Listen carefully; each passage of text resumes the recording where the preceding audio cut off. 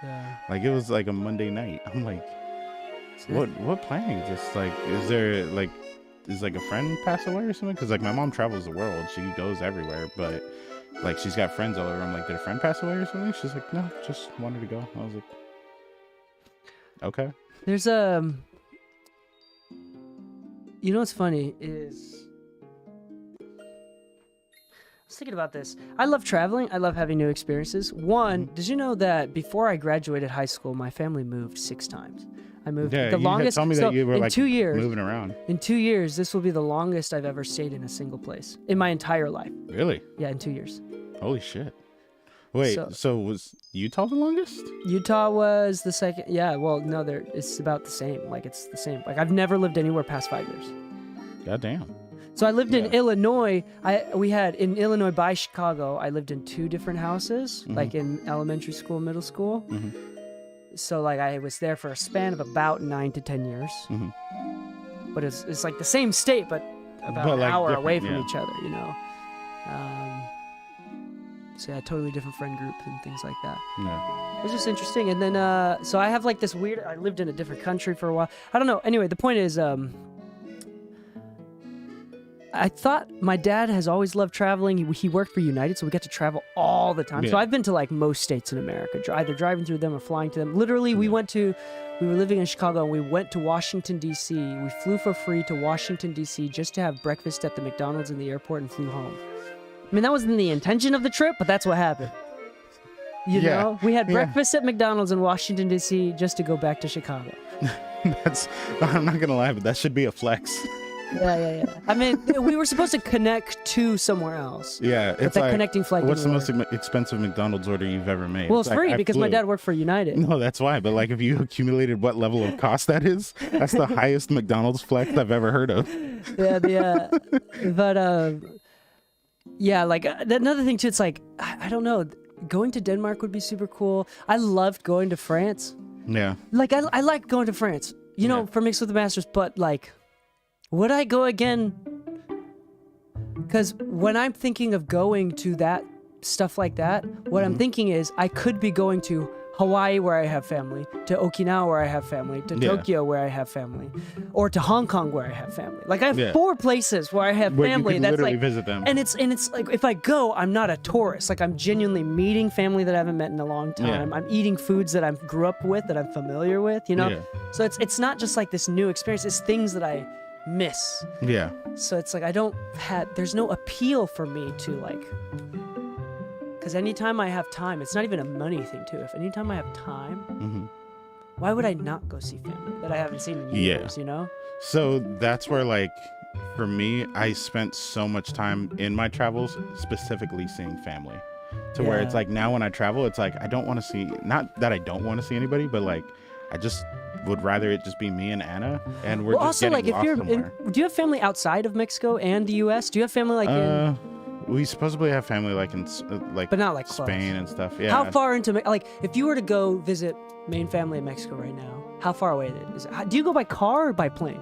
I've done both. Car sucks balls. Don't ever do that. What is that? What is that? So how deep Um, into Mexico is your family? It took From 27 border to- hours driving from LA Oh to. shit! So it's like not at the. It's deep. not It's like southwest. It's Jalisco, but it's like in the middle of the mountains. Got it. So it's one of those where you fly to Guadalajara. That's like the nearest, I most love that cost-effective name. effort. I- Guadalajara. Guadalajara. Guadalajara.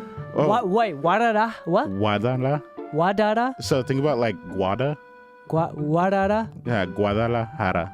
Guadalajara. It's a D. Yeah. It's a Guadalajara. Guadalajara. Yeah, Guadalajara. That's fun to say. Guadalajara. It's almost like when I found out that in other Latin countries, guida, if it's made from wood, would actually be called a huachacaraca. Instead of guida, it's just huachacaraca. And it's just the funnest thing to say, because anytime I see it on a tech writer for like the Latin shows I'm doing, I'm like, okay, kick, snare, timbal, this and that, huachacaraca. You have to say it with the voice or else it just doesn't feel right. Hold on, dude. There's a song that I need to play. Ho ono? Hell no. Oh. It's like, ho Wait, ono. Bruh, hold on. This is, Tell me it's all just like fun mouthings. But yeah, like literally you can fly to Guadalajara, and even then, if you're lucky and there's no traffic, there's no stalls on the freeway, there's no military like kind of work happening, it's a 3.5 hour drive to the mountain town. So aside from a 3-hour flight, you still have a 3.5 hour drive, and then you still have all the airport time and all that kind of stuff.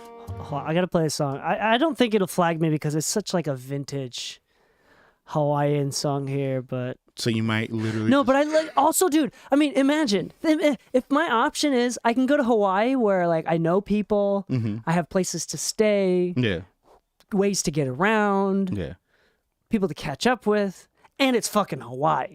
yeah, And I got Hong Kong, which is like some of the best food in the world. yeah. I got family there. Mhm. You know, and the problem is like none of my stuff, like Okinawa, the shortest way to get there is by plane, and it still takes like 16 hours from LAX. And then when I was living in like Chicago or like Virginia, where we have to go all the way across the U.S. and then go to Tokyo and Yeah. then go to Okinawa, it was just some bullshit. Anyway, yeah, none of my family is anywhere near. So like I grew up not really knowing any of my grandparents like super Yeah. well. Not knowing any aunts and uncles super well because they all lived across the entire ocean.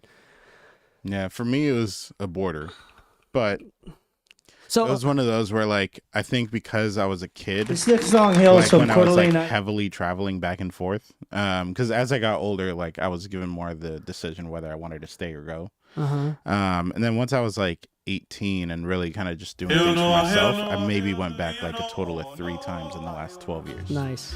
But when I was a kid, like, you know, if everybody's your uncle and aunt, then nobody's your aunt and uncle. I will say this though, like we're talking about music. Yeah, nobody's your aunt and uncle. Yeah. It's like, so who's this? That's I your mean, other that's uncle. like that's Hawaii, dude. It's like everybody's your auntie and your uncle. You know. Yeah, so it's like, so who is? And so I like. oh, nobody's as a actually teen- related to us. But see, as a teenager, this scared the living shit out of me because I was like, okay, new rule: I don't date anyone in Mexico.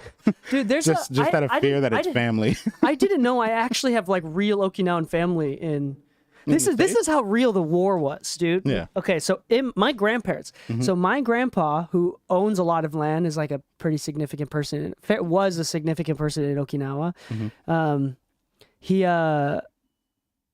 He during the war was supposed to run away to Hawaii and settle in Hawaii because the history with Okinawa is Japan took over Okinawa and then America saw Okinawa as a place where it's like tactful, what is it? Tactile. Whatever it is. It's a tactile? no, that's whatever A it is. tactful It was a location? location that was beneficial to invade Japan with and drop Yeah. the bombs on, right? So they wanted Okinawa. Okinawa was a neutral country, sovereign country. Japan took it over, forced everybody to learn Japanese. Then America's like, no, we want that shit, and then had like one of the bloodiest battles in Okinawa. Yeah. And then like, so Okinawa just got double fucked. Okay, and during that time, They just showed one day they're just like, What is happening? So yeah, like no, but I mean, like, I don't mean to get like dark or anything like that, but it was very common where like I have families where like you have a family grenade, and if the American armies came, like you surround blew your family. yeah. Just like, because anyway, we're not gonna get into it, but my family survived, and my grandpa was supposed to go to Hawaii, so he wasn't the oldest son. And in Okinawa culture, like the oldest son takes everything, all the land, all the money and stuff. He was supposed to go to Hawaii because he was not the oldest, and he was not supposed to stick around. So they're like, why don't you just run away to Hawaii? He got sick the day the boat was leaving, and so they sent his brother. So my grandpa stayed in Japan, and here it was during a time when, like, imagine just like no phone, no email, no letters. You just don't even know the address of where he ends up living because they just sent him out. He doesn't even, the brother doesn't even know where he's going to be in Hawaii. Yeah. He doesn't know if he's going to be homeless or successful. They just lost for 50, 60 years. There's just like, they forgot that they existed. And then there's like, eventually they reached out. Yeah. It's like, oh, that's right. I had a brother. That's crazy. We both survived. Yeah. So like they sent letters to each other, but like the brother basically doesn't speak Japanese anymore. You know, like, you know what I'm saying? Yeah, like, it's crazy. Like that's how disconnected he became. Yeah. Yeah. So apparently I have family in Hawaii, but like I don't even know them, and I don't even think it'd be worth like visiting them as far as like that family goes. Like on, because you know my family story about like how I have an original set of parents, accident happened, new set of parents, which are really just my aunt and uncle. So it's not like I like became assimilated to like this whole completely separate line of family. But the accident in America, or it was in Lancaster, like literally what 15, 20 miles from here. Oh wow! Yeah. Fun, weird fact: the day I got my gold plaque was actually the 30th anniversary. Yeah, that was a very interesting factoid that I never tied together until like a year later. But it's kind of funny because like on my dad's side of the family, like I know my aunt and my grandmother because I would visit them every day when I was in Mexico, because I would stay with my mom's side of the family, and my grandmother, my grandfather, and my sisters all lived there. So it's like, cool, one house, all my sisters and my two main grandparents on that side of the family. But down the street was my grandmother and my aunt from my dad's side of the family. And with them, every time somebody visited, it was always an aunt and uncle. But I was just like a kid kind of accepting information. So I never really got to know them on the level of like, they're out here visiting them in a small mountain town when most of the families moved out of that town. So when they showed up, it's like I saw them once or twice, and then that's it. And then whenever they come to the States, they're like, oh, you don't remember me? I'm like, oh, I'm so sorry, but no. I'm so sorry. This is fucked up, but no, I don't remember you. It's like, I'm your uncle. I'm your dad's brother. It's like, well, great to meet you again. Like, not anything shady, just, yeah, but if everybody's your aunt and uncle, nobody's your aunt and uncle. Anyway, can I show you this song? I want to show you this song. I don't think it'll get me flagged. It's on Spotify. I'm playing it from Spotify, but this is... So, like, we're talking about music. You know how you grew up with, like, some old school, like, banda stuff? Yeah. Which, like, I don't get nostalgic very much. I don't get homesick for any of the places that I lived in the States. I do get homesick for Hawaii and Okinawa. Yeah. We rediscovered this song yesterday. Ono means is Hawaiian for delicious. So let's talk about Hey, delicious. They have the second verse. So he's talking about food. Hold on. Slide guitar is a country thing, but it's also a Hawaiian thing. So every time I hear like proper slide guitar, I'm like, oh, the Hawaii.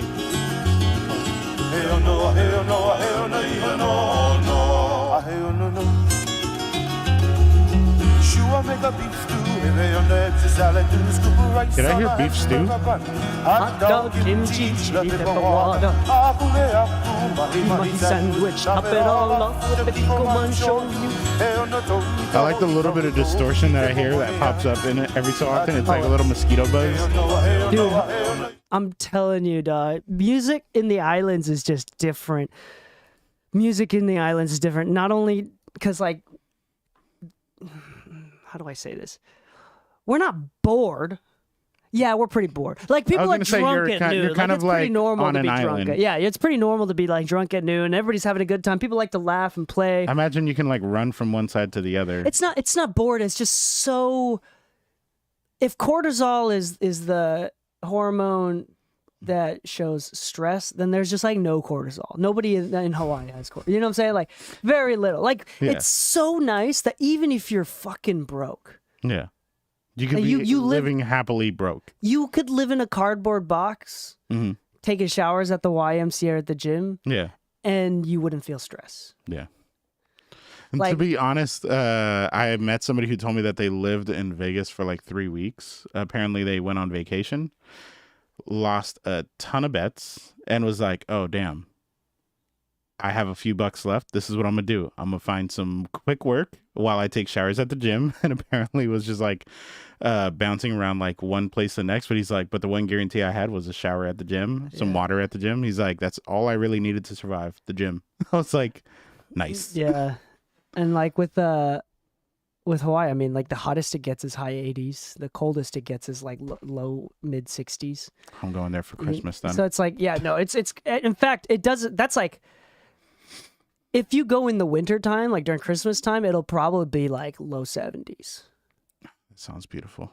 In comparison to LA never gets cold outside of like April. No, it's definitely warmer than LA. For Yeah. sure, warmer in Yeah. LA during the winter, but Yeah. colder than LA during the summers. Yeah. Especially Valley LA out here is crazy. Yeah, out here is just dry and nasty. Yeah, the weather is more similar to Santa Monica during the summer, where it's like, oh, it's like some Kind days of on the like hot humid. days, it's like mid to low 80s. Yeah. It's like, oh, And I was gonna be out there last night. I had intentions of going to the 66 night market. And I was like, ooh, it's gonna be 73 degrees at night when we're at the market. Like that's perfect. yeah, for real though. Yeah, no, there's like no ACs, it's just fans. Anyway, let's do this episode. Let's take a moment to prepare because this episode, recommended by James, was 10 times we messed up. You can each share 5 stories of the biggest Ooh. mistakes you've made with a client, like in a session or in a mix, and what you learned from it. Let me think of like 5, and you think 5. Yeah. Yeah, I should probably write these down. Hold on, let's play this song. Well, I love this song. It's just so nostalgic for me.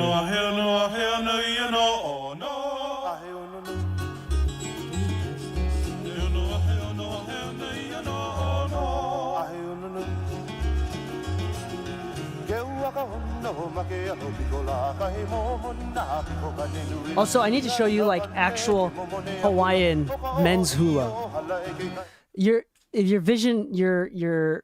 idea of hula, perception of hula is like this, right? Like women doing Kind like of. flow. Real hula, that was, by the way, made for tourists Yeah. and like was like it's a modern hula. Yeah. The original, like kahiko, Mhm. is so cool. Isn't It's it so kind of like manly. warrior dance? Yeah, it's like prayers and warrior dances. Yeah. Yeah, I gotta show you afterwards. This is crazy. Hold on, I'm gonna think of five things here. Maybe I won't play that song. Like it's kind of funny because like how many times have we made a mistake, but which ones would you put as like 5 of them? You know? Yeah, I think I know.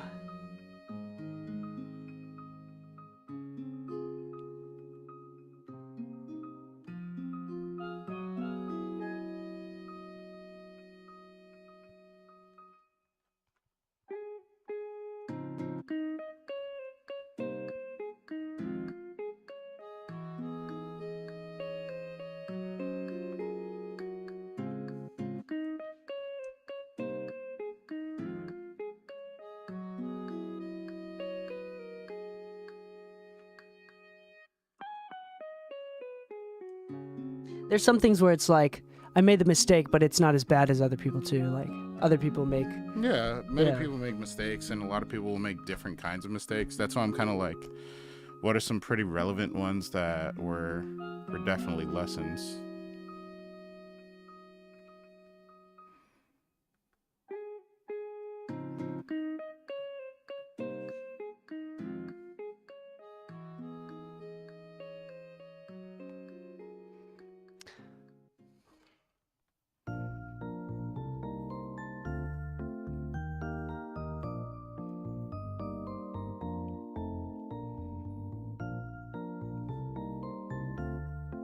And these are like based on perception too.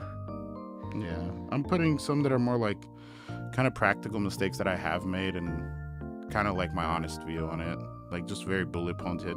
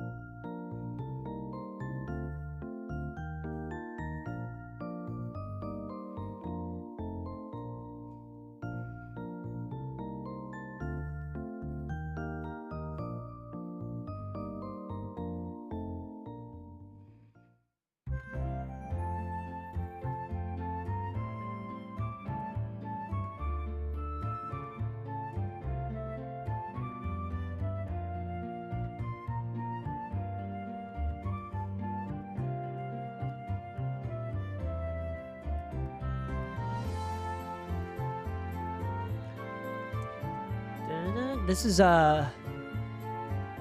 this song is Little Root Town, Pokemon. I know this one. Yeah, from Ruby. Okay,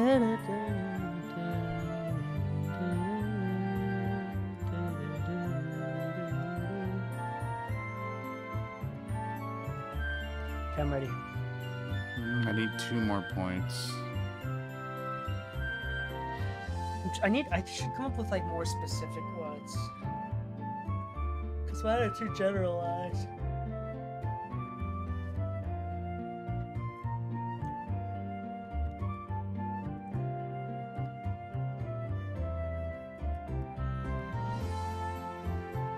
In reflection though, like I'm really happy with the mistakes that I made. Yeah. Like I don't feel like I don't think there's any specific mistake which makes me feel like hopeless or like ruined me. You know? Does that make sense? Yeah. It's like, oh, I wouldn't be where I am. I would be a little bit further than I am now if I just didn't do this. Like there's nothing like that. All right, I got my 5.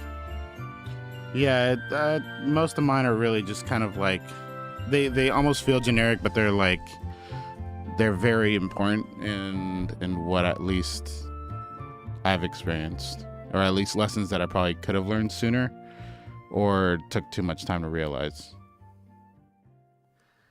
Yeah, and I think depending on what you said, what is your 5? Just in case so I can cross off a couple of mine. First one, not communicating a rate beforehand, loss of time/trust and respect for yourself, if not each other. So boundaries. Yeah, but this one's more specific to discounts. rate and finances. Agreeing to a job that I had no interest in.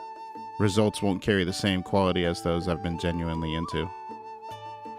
Argued value of price with client versus negotiating a happy medium. Example would be like client wants half rate. I didn't want to lower my bar of service level. Should have let the client walk versus defending the price. Could have used yes and versus yes but. Okay, cool. Yeah. Then it doesn't seem like we're gonna overlap too much. No. Okay, sweet. Well, I mean, if we do, it'll still be. And even if Relevant. we do overlap a little bit, I think it'll be insightful about like Different points of mistakes. views and stuff. or like how important that is. Yeah. All right, here goes.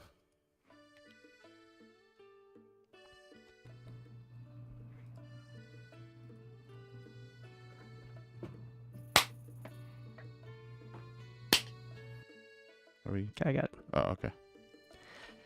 Hello and welcome back to the Mix of Music podcast. I'm your host DK, and with me, as always, is my lovely co-host Ludicrous Lou.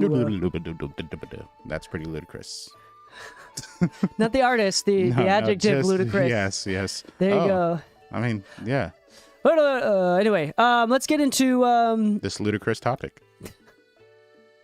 ludicrous because we don't make mistakes. We don't do this. We don't We make literally have to mistakes. lie on this one. Yeah, No, we're I'm lying. kidding. We're lying the entire episode. Lying This live. episode has been suggested by a longtime listener and a friend of ours, a new friend of ours, James Parrish, who's a mixer from Utah. Hey. Listened to the podcast, moved out here, is now working with us, assisting us at the studio.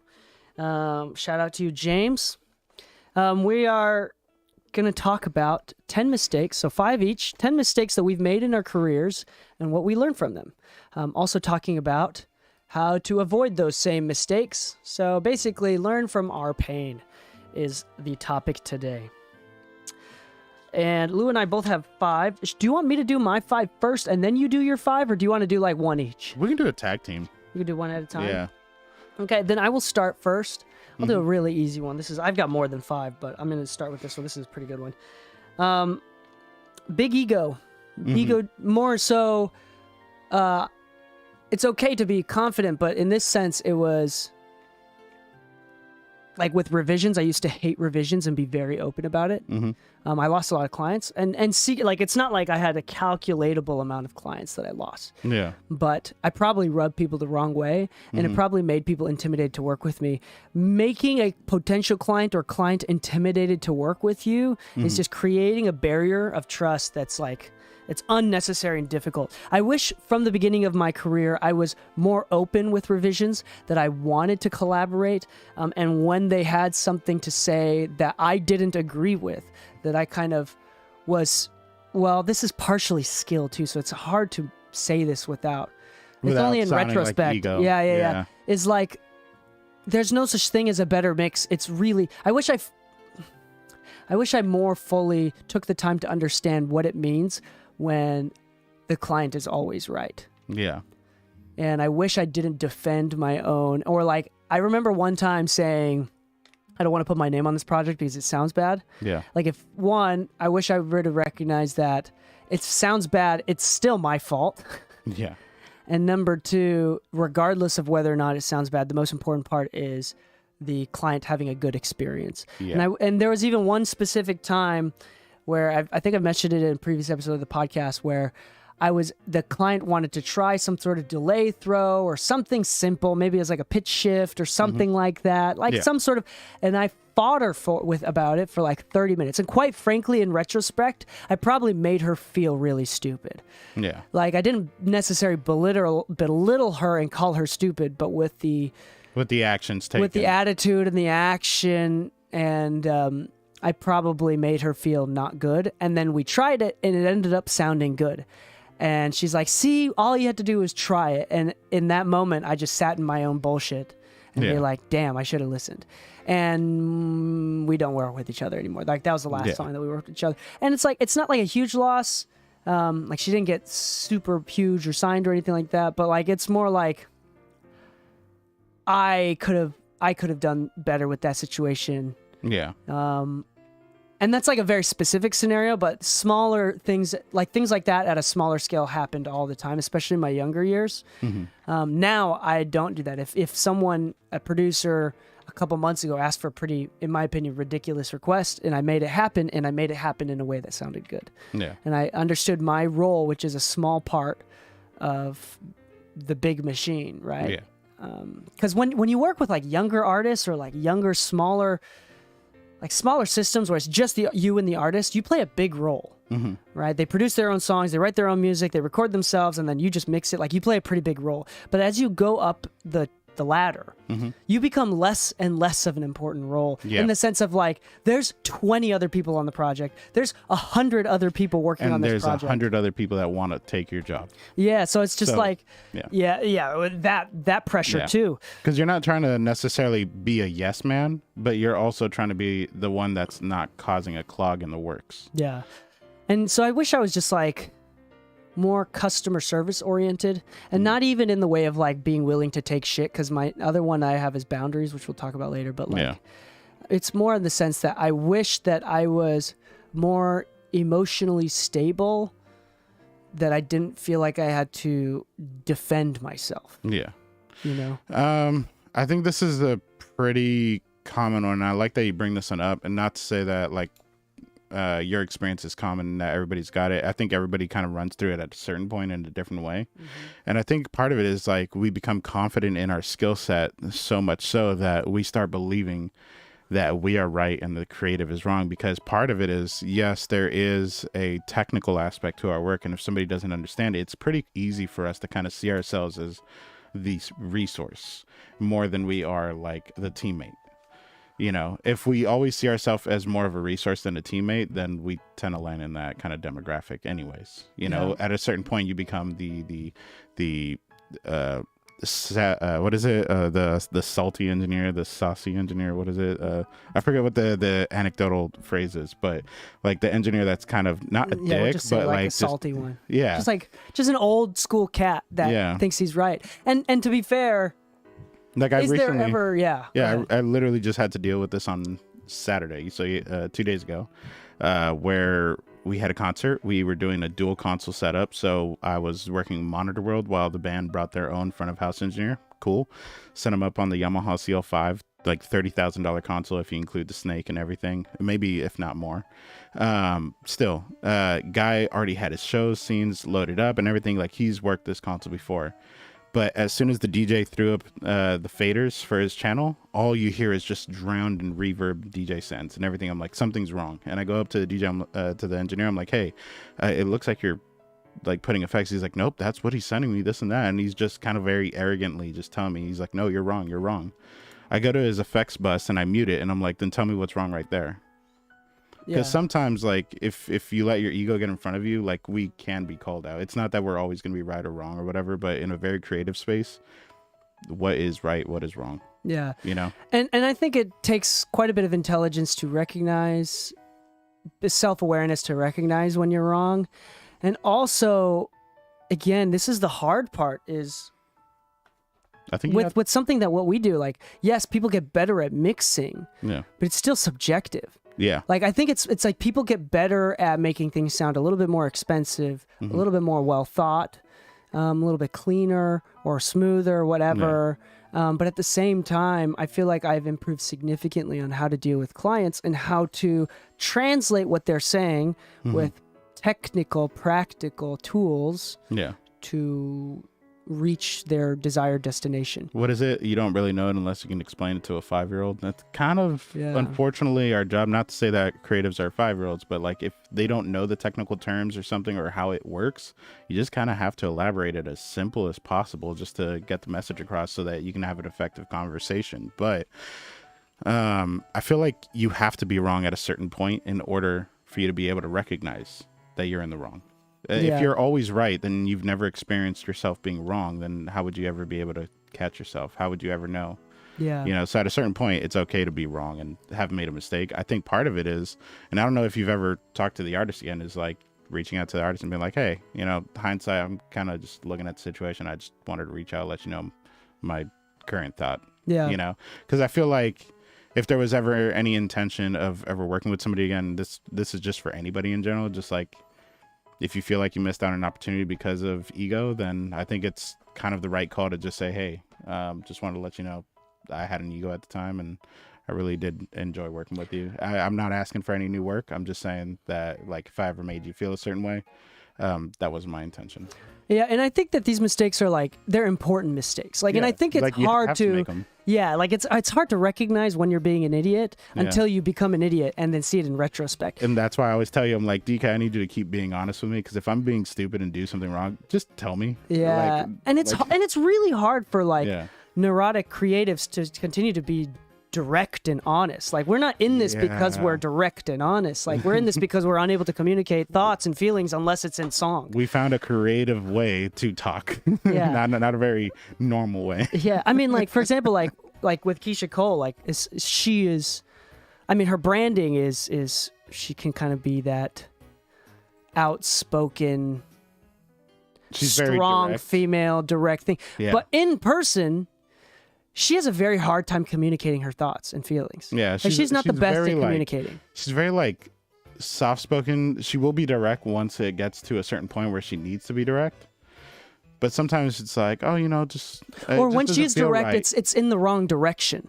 Yeah. You know, so it's like, it's not exact, like, you know, what she's trying to say is different from what's coming out of her mouth. And I think that's like pretty, and the reason why I bring this up is because, I mean, people know her, we know her personally. Yeah. It's a good example. This happens to everybody. And so it's like, we need to set that expectation is that not everybody is able to properly, fully articulate everything as well as receive. They don't want to receive direct. So it's like, just be they humble. can let you know what they're looking for, but it's kind of on you to have that built communication level. Yeah, you got to be aware of that, the sort of weaknesses that people have. We're not in a mentally tough field where people are just like alpha males and alpha women and they're just like, you know what I'm saying, like, where they it's just like don't yes or give a no. shit. It's a bunch of, like, to be honest, a lot of the art that comes from our sector comes from a lot of broken places, which is great, which is cool. Yeah. And we're very open and honest about it. And anyway, so I think I want to know about your number one. I actually was going to switch my number one for something closer related to what you just said.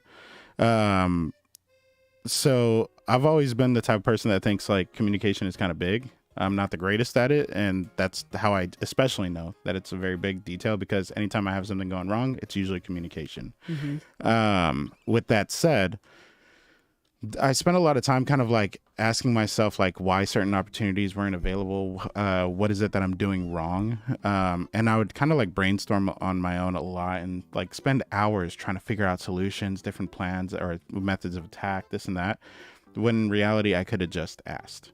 And that's mistake number one for me. Not asking, whether it be opportunity, clarification, or something of that nature. Because, running back to Saturday's show, like Los Cafres is a great band. They're amazing Spanish ska if you're into that. Like they're a really, really well known group that's been around for like 30 plus years. But their tech writer, though elaborate, was not detailed. So one of the messages I sent out was like, hey, just out of curiosity, is the lead and backing vocals wireless mics? And they're like, don't you have our tech writer? I'm like, okay, we're going to go this route. I sent a screenshot of what the input list said, and all it said is mic Cafres. It didn't say what mic, it didn't say what model, it just said that they were going to bring a mic. So I needed to know whether to run cables to the console, to the snake, to where the mic is supposed to be, like where am I running these cables, right? I sent him a screenshot. I'm like, hey, unfortunately, this is what you sent me, and it doesn't really specify what it is. So I just wanted to reconfirm before doing all this work to set that up for you. And they're like, oh, no, it's actually wireless. Yeah, sorry about that. Thanks for double checking. I'm like, cool. The response, like, didn't you get our tech writer, is kind of passive aggressive. Maybe if we had a better form of communication or details were there, we wouldn't have to have that little moment. But because I asked, we were able to diffuse a situation that could have been a problem later. And in that specific scenario, both parties, and this is normal. I was going to say this is normal, and this is a sign of being an emotionally mature adult, is that both parties, he said, oh, wait, you're right. Thanks for letting us know. And you said, you could have been like, I'm not stupid. You're fucking wrong. And you could have blown up at him. But he said, but you pushed back. You're like, wait, hold on. Let me show you what I'm seeing. Yeah. This is for both of us. And then they said, they didn't get offended. They were like, oh, yeah, you're right. It is wireless. Either party, you or them, could have blown up. And that's normal. Like, people are at a younger age, very emotionally immature, even adults sometimes. Yeah. But that's a good example of like ego playing. Yeah, because I always tell people, like, if there's a problem, whether it be in the studio or live or anywhere, I'm like, just throw them my way. Like, people I'm very good at diffusing an issue. Yeah, without high tension. It's so important. Like, yeah, again, going back to my point, and I think your point too, it's like, and this is just being an adult and being emotionally mature. Most people aren't trying to make things personal. Like, it's not a personal attack on you, and you should almost never take it personally. Like, if they want a difference, it's not because your taste sucks. Like, if they ask for a revision, it's not because your taste sucks and you should take that personally. It's like, they have different tastes, and I'm able to provide for it. Yeah, it's cool. It's whatever. It's not personal. It never is meant to be. It's a great sign of emotional maturity. Like, how many times do we see, like, artists blowing up over, like, genre bending? And it's like, oh, you always do folk, and I really like the way you do your folk, but I want to do hyper folk. It's like, what the fuck is hyper folk? Now we're adding 808s. What is this shit? Trap hi-hats? What is this? Yeah. But, just to wrap up on the never asked cause loss of opportunity, the opportunity isn't just like to dissolve issues. Like, communication in all forms helps, but imagine looking for opportunity. If you want to be a doctor, you should go ask a doctor what it takes to be a doctor. If you want to go be the next big engineer, you should go talk to the next big engineer and just ask, hey, what would it take for me to work with somebody along you? Like, what are some goals that I can set up, or what are some things that I can educate myself on now that would make me that much more of a resource for you in the future? Yeah. All you have to do is ask. And the funny thing is, I remember a couple of years ago, I was watching an interview where they asked Elon Musk what one of his, not Elon Musk, it was Steve Jobs, back when he had a full head of hair. But there was this old interview where, they're asking him, like, what's the difference between people who do and people who don't? And he said, people who ask. That when he was 12 years old, he called, I forget what computer company, that he wanted to create a frequency checker or something of that nature, and he asked for spare parts, and that they ended up giving him a job at the warehouse assembling frequency checkers. That's crazy. But to think that, like, the dude is calling the owners of computer companies at 12 years old, and the difference really was just all you had to do is ask. If you wanted opportunity, you have to tell them you're interested in that opportunity, and they'll take note of who's actually asking for it. Because how many times, and you can tell me this, How many times have we had an intern staff member that has come and gone, but never once actually voiced interest in like future progression? And because of that, it goes unnoticed. Yeah.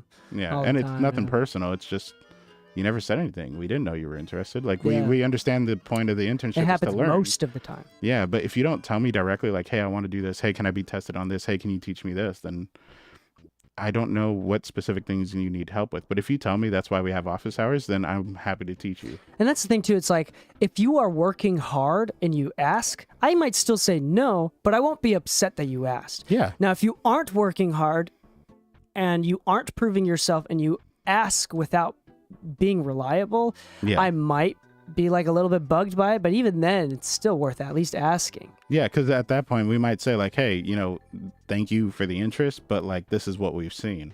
And now we can let you know what metrics you were probably lacking in for us to like really take consideration.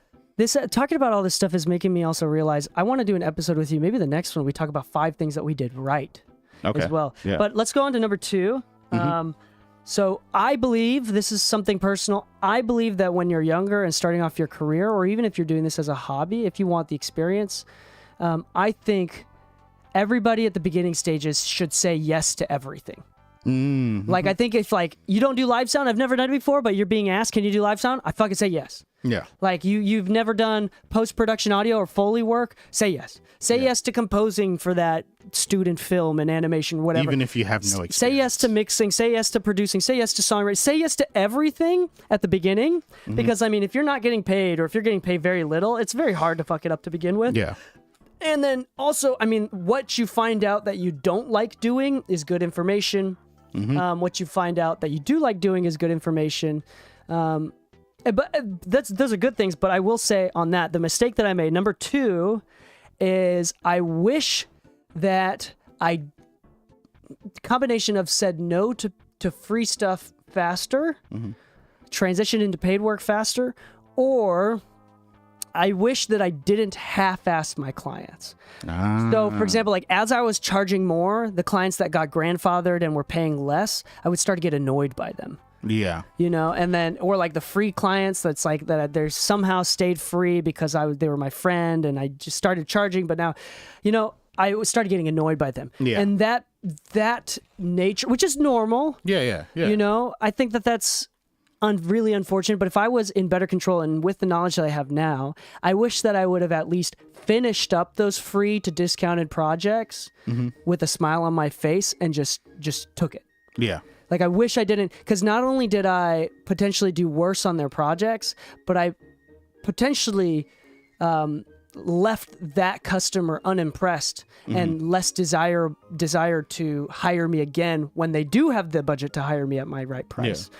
So I wish I was a little bit more in control of my facial expression, my nonverbal cues, and I wish I was a little bit more excited to work with What is everyone. it? Micro expressions? Yeah, sure, whatever. No, but I wish that's like an ego thing too, but I just wish there's a few specific instances where it's like they told me that I was obviously, and maybe it was because I was just fucking tired. I was overworking. Yeah. I was really tired. Well, there was that year that you did 1,000+ mixes. Yeah, 2019, right? So it's Yeah. like there was a few clients that became friends, and they like told me, it's like, yeah, I could tell when you like this song you didn't like and this song you did like even between songs with the same artist, or like some artists they're like, no, I could tell you didn't want to work with me. And like I wish I did a better job with that, not because of the lost earnings, but lost I guess you'd say section of that relationship. yeah, because I Like- think I would have liked to work with them too. Like it was Yeah. fun working for them, but I just wasn't, I was undersleeping. I wasn't sleeping enough. So would you say that, I guess, the surmised view of this one is like saying, I guess, learning to say no even if it's the same client? Either saying no, I wish I'd said no sooner. So like, for example, I found out pretty quickly that I don't want to produce. Like producing is very emotionally dependent. Like if I'm feeling good that day, I can produce. Yeah. But like mixing, I can do whether I'm feeling good or feeling shitty. Like I could be on the edge of full on depression You and can still be able to mix. mix the shit out of a Yeah. song. I Yeah. cannot produce if I'm feeling depressed. Yeah. But arguably speaking, some people might be able to. Maybe that's their vibe. maybe, yeah. Just No, depressing music. But for me, right? Yeah. So I wish I would have said no to people more often and stood up for myself a little bit more often, which kind of goes into boundaries, which we'll talk about. I think that's my number 3. But I also wish that for the people that I did say yes to, that I worked hard to maintain that relationship a little bit more. So I think I have a point that kind of lands between this and your number 3. Okay, what's that? So this is your number 2? Yeah. Yeah, go ahead. So, where'd I put it? Agreeing to a job that I had no interest in, parentheses, results won't carry the same quality as those I've been genuinely into. So saying yes to projects, even if they're paid, but regretting it because you just weren't into it. I just wasn't into it. Yeah. So, and part of that could be the person, and part of that could be the song. I think it's very important for you to say no to people. I don't care how good of a song it is. If the person is just a bad person, and I'm not saying just bad person to you, bad person. Yeah, it's just maybe bad people to work with, maybe good person to be a friend with, but maybe bad person to do business with.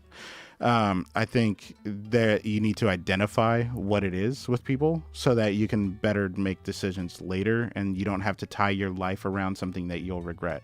If you're saying yes to a record that you really don't like, it's going to show in the results. And I think both me and you have experienced that, as like you just explained. For sure. Like, I know I've listened to songs where they're like, oh, can you mix this? And the recording is so bad, but I've already agreed to the project, where I'm like, I mean, almost, even now, I don't say yes to mixes, even if they have a budget, until I hear the song. Yeah, exactly. Like, I'm sorry. Like, I want to hear it first. And so nowadays, like when people are like, if it's a new client and I'm not familiar with their music, I ask them, can you send me the music first? If it's a client that I know consistently is doing good work and we work well together, then sure, you might have one bad song. I don't mind. I'm going to still work as hard as I can because I like you as a person. But if I don't know you as a person and you show me a song that I'm not into, it's going to be really hard for me to want to engage into the record the way I would for a record that I do like, or for a person I do like. This is interesting because, like, in an ideal situation, if I was in an ideal situation, I wish that how much I'm getting paid for something didn't affect my enthusiasm for the project. I wish that how bad or good the song was didn't affect my enthusiasm for the project. Yeah. Unfortunately, it does. Maybe partially due to a weakness. Maybe that's just human nature. Maybe that's nothing to my fault. But regardless, I am affected by how little someone pays.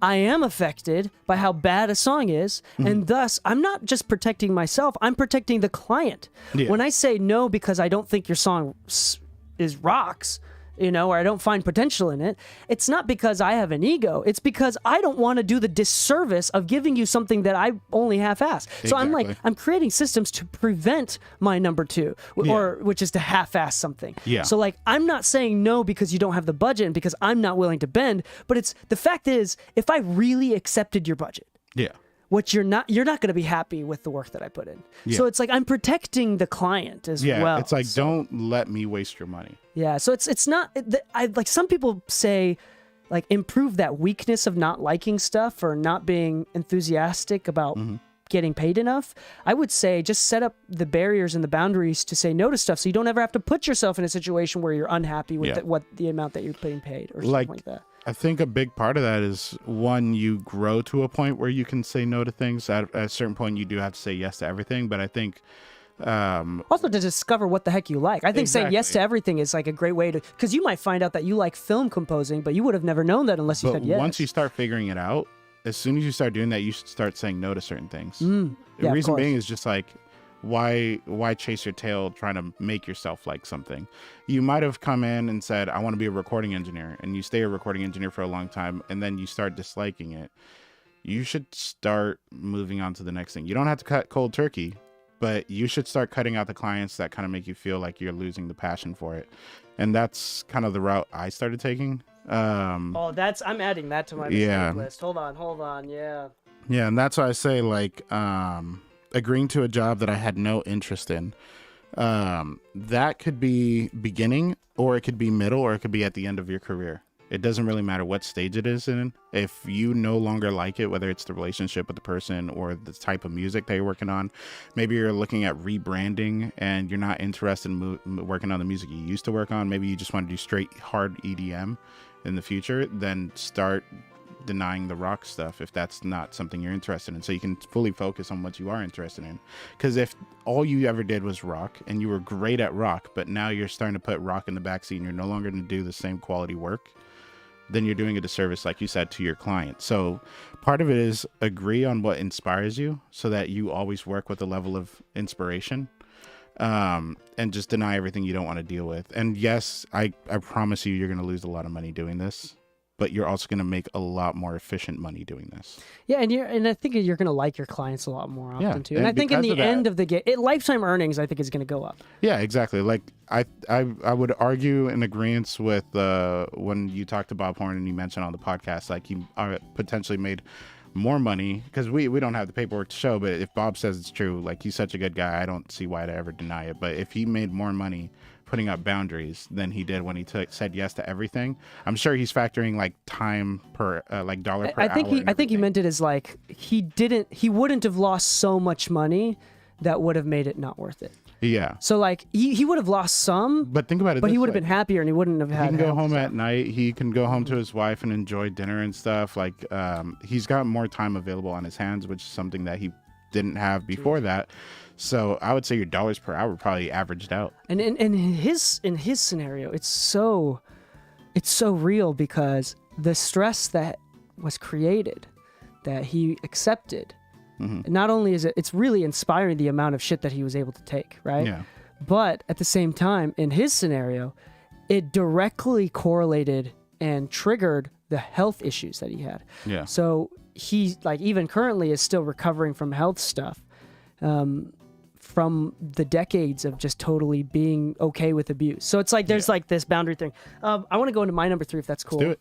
Is boundaries. And I want to say about this is like it's different from number 2 and number 1. This is more about like lifestyle, as protecting my emotions and protecting my lifestyle and my priorities. I wish I was more clear with my priorities. I wish I was more clear with my values. And I wish I said no to things for different reasons. Not because I want to make money or because I want to work with artists that I like more.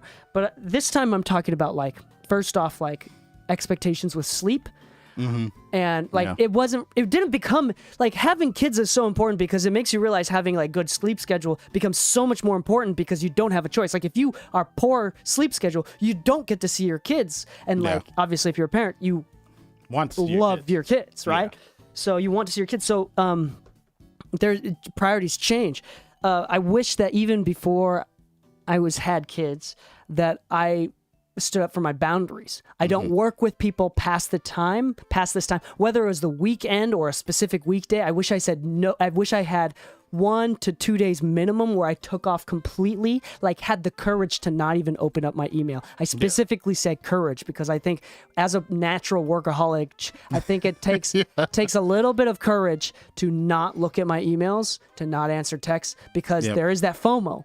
Yep. There's that opportunity. Like I need someone last minute. I need that email last minute. Oh, you lost it because you didn't respond soon enough. You know, there's the fear of that happening. Rarely does that ever happen, if ever. That was my battle yesterday, enjoying a nice day with Anna. It's the one day off I have, and there was still the thought in my head, and I even voiced it to her. I'm like, I might have to go to the studio to like turn in 3 masters. And like, I had to keep telling myself, I'm like, it can wait till Monday. It can wait till Monday. Having the courage. That's right. Yeah. So I wish I stuck up for myself a little bit more. I wish, I mean, it's a common, it was formerly a common thing to hear that producers and engineers are the producer's punching bag, and the producer is the A&R. yeah, it's the punching bag. And like, instead of going into it with that expectation, like understanding where my boundaries are. For example, I'm willing to be your punching bag as long as we play within my boundaries. Yeah. But if you're like, as soon as you start to overset my boundaries, like I don't work after 6 p.m. Like I don't work on the weekends in this now. Yeah. Right. But back then it was more flexible. I could have like probably taken Monday or Tuesday off. Yeah. You know, instead of the weekend because weekends were busier. I could have said 9 p.m. instead of like, you know, whatever it is. And I wish I was just more considerate of not only my feelings, but at the time I was married, new, freshly married. So I wish I was more considerate of my wife's feelings. Yeah. And quite honestly, in retrospect, I don't remember caring about my wife's feelings. Yeah. I don't remember considering changing my hours I work into office because of how my wife felt. So my 3 is actually the same because that's what it ties into at the end of the day on my end. Yeah. Yeah. But hold on. The last Yeah. thing that I want to say about number 3 is with the boundaries, I also wish I considered not just lifestyle and values, but also passion for the craft. I didn't Yeah. realize how easily and how quickly my passion for music could completely tank Yeah. to like existential levels. Like, why the fuck am I doing music? I hate this shit. Yeah. Like, I should have had boundaries in order to protect my precious and, quite frankly, relatively fragile passion that I have. Anyway, that was, No, that no, was my number 3. it's honestly a big one because so for me on the boundaries end, because let me see, took jobs even on days off or off days. You know, if you're trying to maintain any kind of like joy in this, there's 2 huge things that like just I can't go without. You have to have like a life. You have to, because I've talked about it on different interviews and everything. Like me and Anna almost broke up twice over like my work ethic, and it wasn't that like there wasn't like any kind of like I guess communication of like, oh, I need to work or this and that, but it was so often that there were times where like we're trying to go out, but I'm like, I just got a call, I got to go to the studio. You know, you're putting your work in front of everything else, and at a certain point you're gonna burn out, but you can also burn your relationships.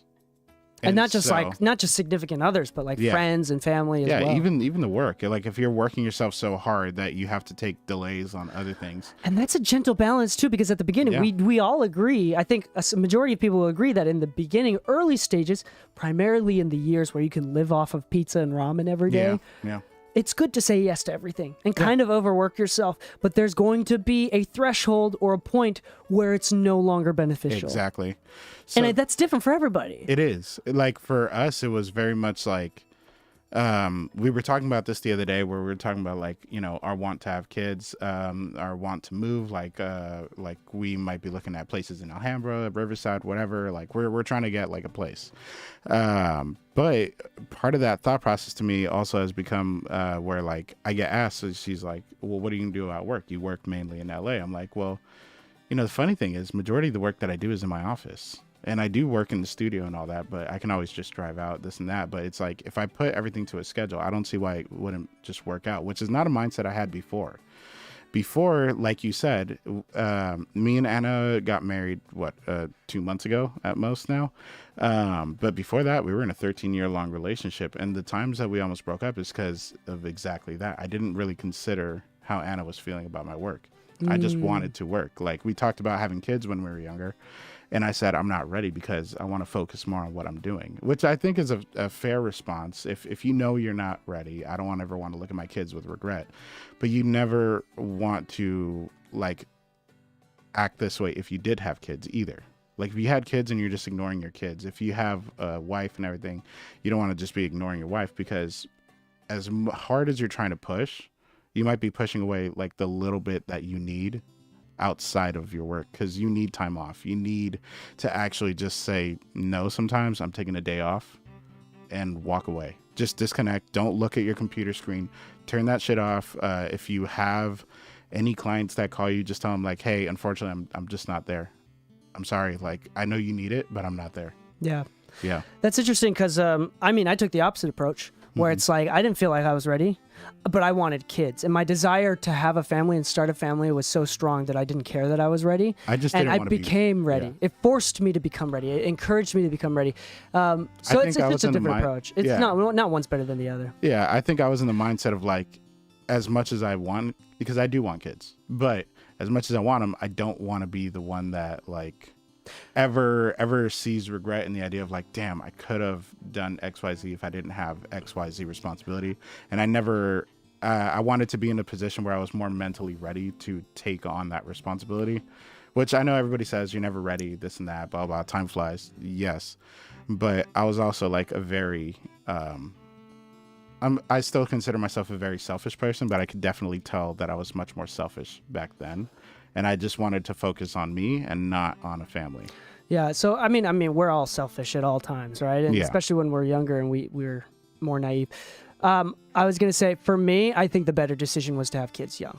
Yeah. I think that was the better decision for me. Now, I'm not going to say that that's the best decision for everybody else, but at no point, I think that if I had waited, it wouldn't have been good for me. I think I would have stayed childish. I think that I would have been less emotionally mature. I don't think I would have been full-time with music, actually. No. I genuinely think that full-time with music is partially because of my decision. Whether it was rational or irrational, doesn't matter. My decision to have kids early. I was married, had my first kid when I was like 24, 25, 24, right? And that was a turning point for me. And I mean, obviously, you were able to go full time with music without kids, so it's like maybe that wasn't the best. I don't know, but for me, there's an obvious line when things took a major change. Yeah. And for me, that was kids. Anyway, we're not gonna get more into that. Number 4 for me is this is like very specific and practical. Now we're gonna talk about finances. I wish you have to get burned to figure out how not to get burnt. Yeah. Right? Like, you have to lose some money or people run away with project files and, like, never pay you. Having to chase a few people down. Shout out to FilePass. Go on vacation and realize that you didn't set up systems to, like, fuck around and find out everything collapsed while you were gone. That happened multiple times. So I think that number 4 for me is I wish that I was better with my communication. 1, never, ever set up discounts or deals or agree to free work or anything over the phone. Never agree to anything over the phone. Or I'm going to say a third time. Verbal. Verbal in person. Never agree to anything over the phone or in person. You always need to have ink and paper. I'm going to add another thing as well, is that I learn whenever you give deals and discounts or agree to free work or anything like that, you always have an expiration date. Yeah. Yeah. And again, have that in writing. I'm willing to do half off because you're the man. I love you. But if you don't send me the project files within 2 months, you're going to have to renegotiate with me. Yeah. And setting that expectation. I wish that I was less embarrassed, because at the beginning it feels like it's awkward to talk about money. Like, that's feels a pretty a little normal. too corporate. Yeah, it feels like you're taking the art out of it, and that's why it's like even people that are super advanced levels still feel that way. Hence why managers are great, because managers can help negotiate on your behalf and see the value in you more than you can see it in yourself, so they can negotiate more money for you, as well as not talk about all the money for you, so you don't have to worry about that side of it. Yeah. Right? But in the beginning stages, I wish I was less embarrassed to talk about money. I wish I talked about money up front, because then what you do is that after you do the awkward thing about talking about money, the rest of the process becomes fun. Yeah. You don't have to wait for this thing. I wish I didn't procrastinate that. I wish I didn't feel awkward about it. I wish that I realized that was actually beneficial for both me and the client to get that out of the way.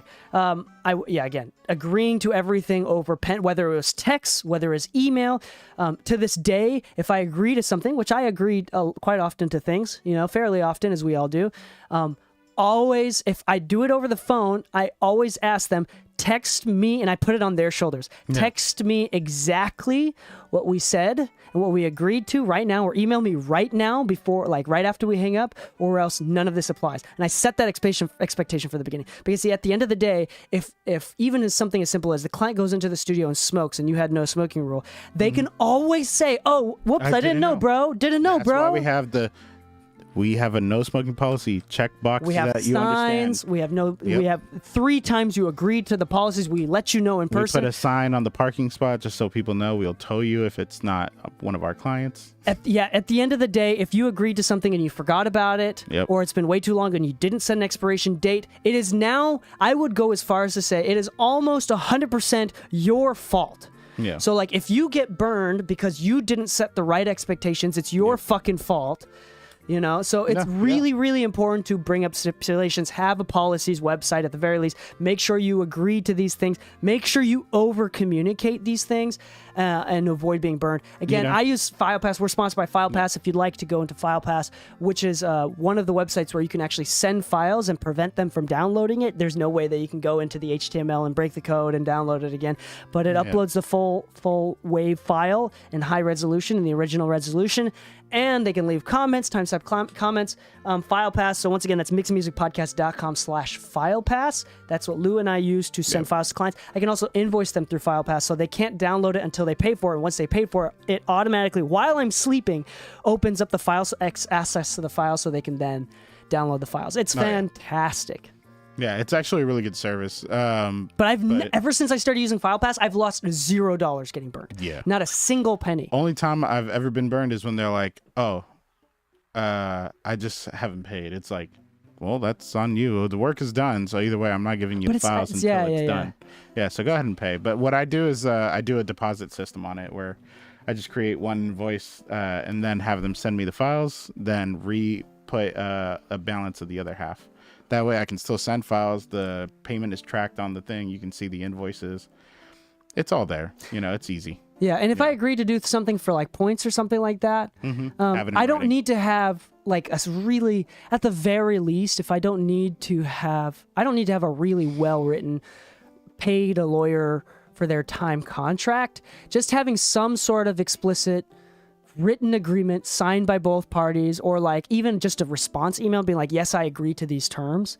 Like that's enough. Where there's like a paper trail where it's like, hey, here's the terms that I agree. And then they respond with, yes, I agree to these terms. Like that's enough to be really useful. Yeah. And like, it costs a lot of money to take someone to court. So you're really never going to take someone to court at the beginning stages, even in the later stages, depending on what earnings you're missing out on. If you're missing out on potentially millions, $500, then it's like, it's not even worth. Yeah. What are you going to do? Go to small claims? Sometimes it's worth it, but yeah, imagine being so broke that you have to go to court for $500. That's insane to me. Yeah. Anyway, isn't small claims like a minimum of $2,000? No, yeah, I don't remember what it is. I think it has to be a few $100s or something, or like no, I think it has to be below $2,000. Oh, I think. Oh, yeah. But anyway, going on about this, I wish I was just better at setting expectations, setting up that communications. I wish I didn't shy away from the money talk.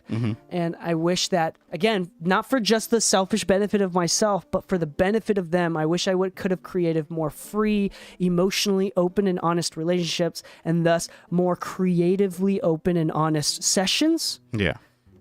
If I had just talked about the hard stuff first. Yeah. So that kind of ties into mine, which is not communicating a rate beforehand, which I put it as like my little note to myself, like resulting in a loss of time / trust and respect for yourself, not necessarily the client, which kind of ties into yours end, which is like saying like, hey, if you didn't communicate certain details of your rate or expectations of how you do business in advance, and they are suddenly surprised, but you literally never told them. Like if you said, I can mix the song, I'll just charge you after.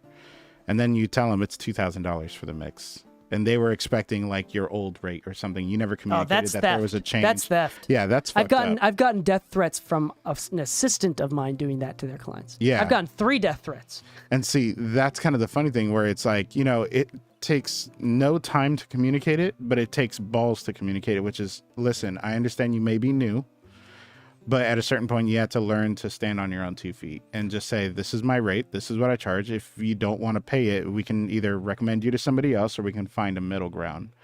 I don't want to work on projects where I feel like I'm undervalued. And that's it. That's the bulk of the conversation. Like, you don't have to say, I think you're undervaluing me. All you have to say is, this is my rate. Can you agree to this now? But if you don't communicate your rate or how you do business, your turnaround times and things of that nature, what is included in your rate, what is not included in your rate, and then you suddenly get asked about it because they kind of expected it to be part of it, it's like you said, it's kind of your fault. Like, you should have set expectations. Like, what is mixing? Is vocal tuning included?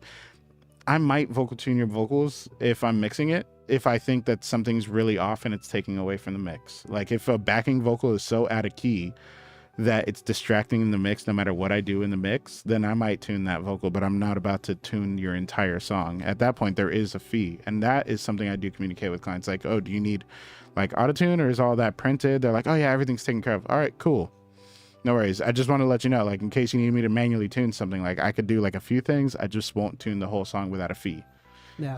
And that has actually saved me more times because I've been getting a lot of guys lately, but I typically would work with like a lot of girls, like female artists and everything, because of my past work and stuff.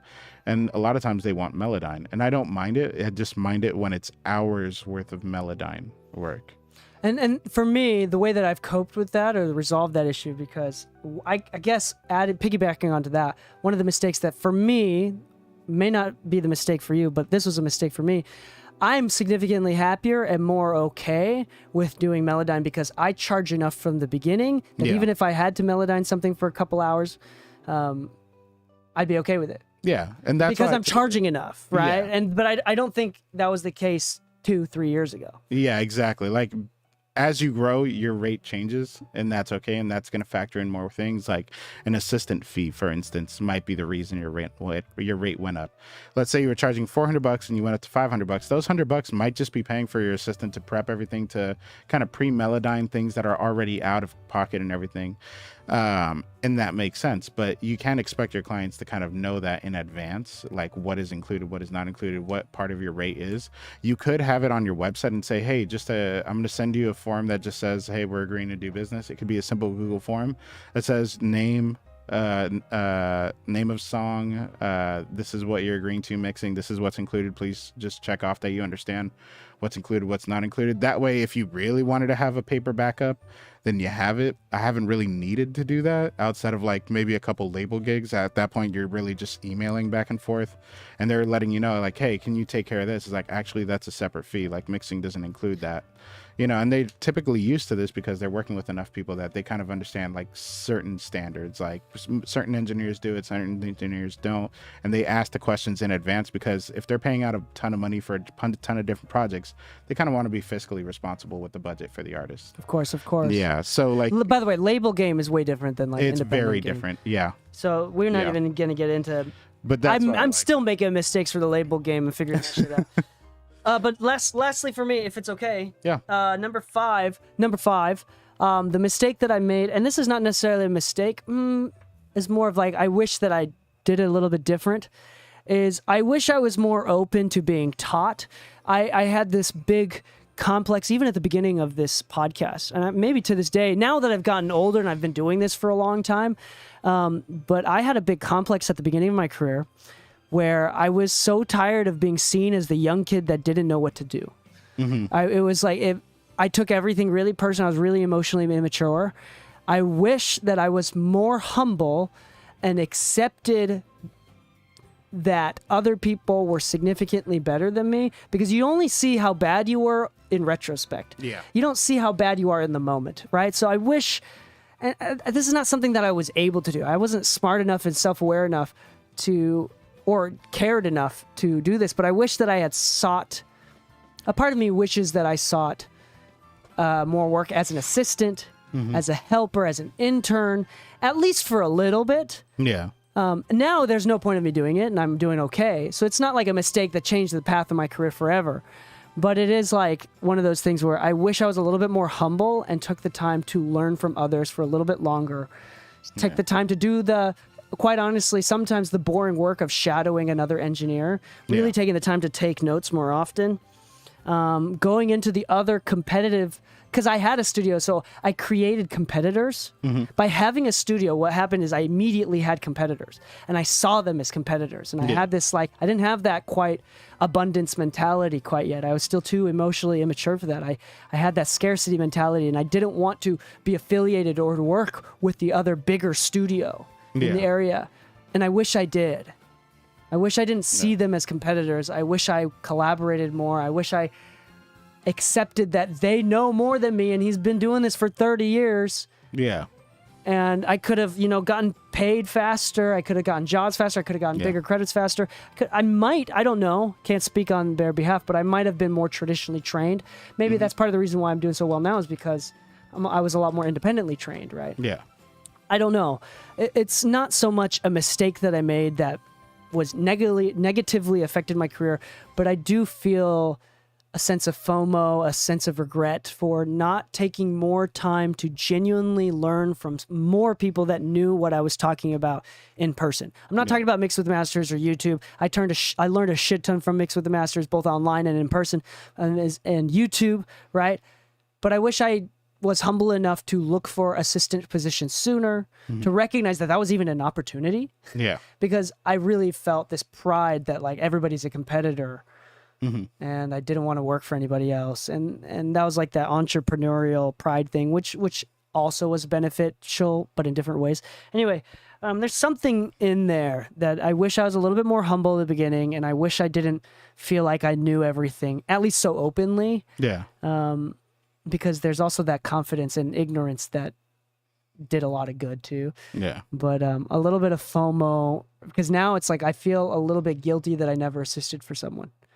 Yeah, I feel like that sometimes too. And anybody, sorry. Yeah, like I did become like people's go-to person, at which point like I worked with people of a higher class, and I tell people all the time, I'm a huge fan of just throw me in the fire. Like, let me burn a little. Like, I like to get singed because I learn very quickly when I'm under pressure, which is probably why I ended up in a lot of bigger rooms than, you know, some of my friends that started around the same time as me. It's just because I was willing to just burn.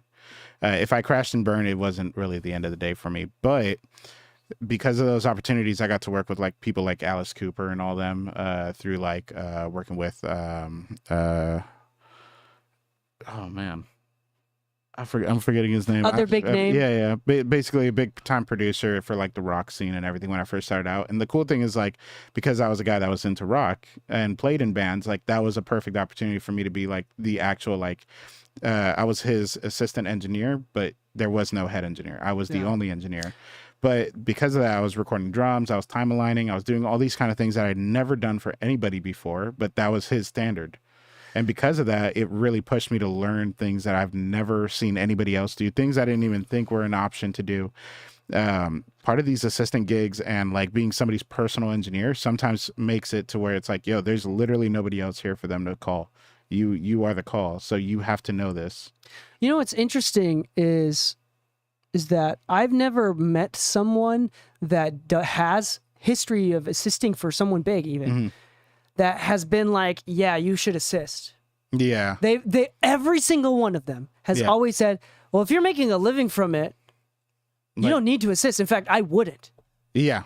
Like a lot of, so it's like, I wonder if it's just me, you know, I feel like I'm no, I think insecure about it because I didn't, you know. I think it's kind of like safe to say it's both, because part of it is the reason that you go to assist is to learn and to understand how the business works. If you're already making a living, then at the very least you understand how to make a financial living off of it. You at least know how to run your own side of the business, but part of the assisting thing is learning efficiency. The reason they can afford to have an assistant, the reason they can afford to have their own studio, the reason that they can afford to do nothing else but that, and still be able to task other people in their team. Like they might have their own hostess in the front, and they might have their own runners and everything. It's like, what does it take to actually run that? Yeah. That's the benefit of being an assistant, you know, understanding how to deal with the label and how to communicate with different A&Rs, booking the studios for whatever reasons, and how to run.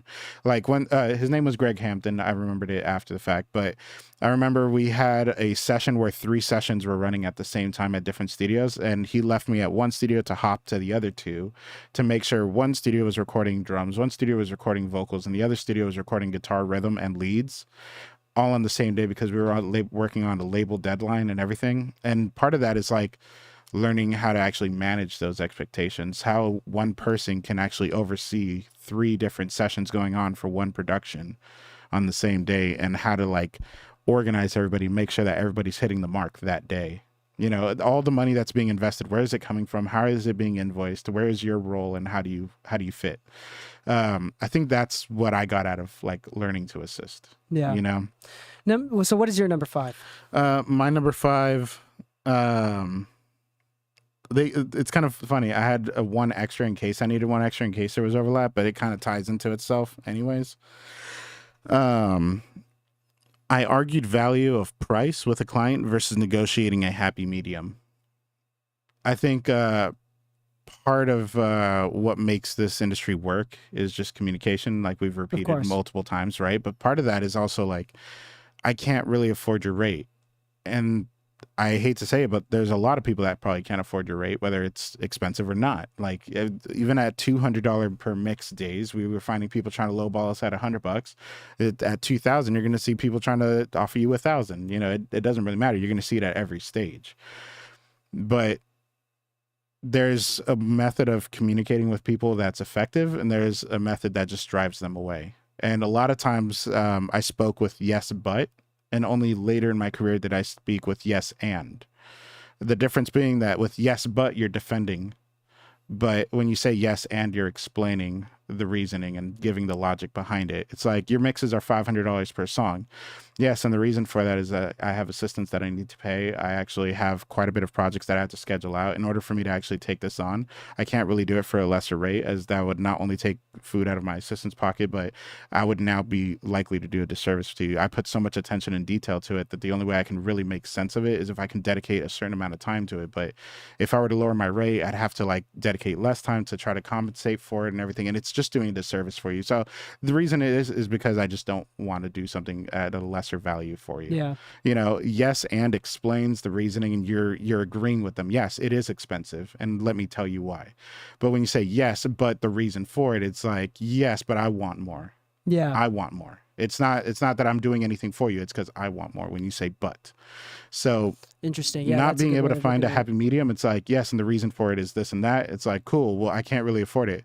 Okay, let's find a solution. Is there any gear that you're not using that you maybe want to like put as part of it? Maybe you can pay me $300 that you have, and maybe you have like a really nice reverb pedal or something that I'm looking for, or something of that nature. Or maybe you can give me points on a project if it's that relevant of an artist or not.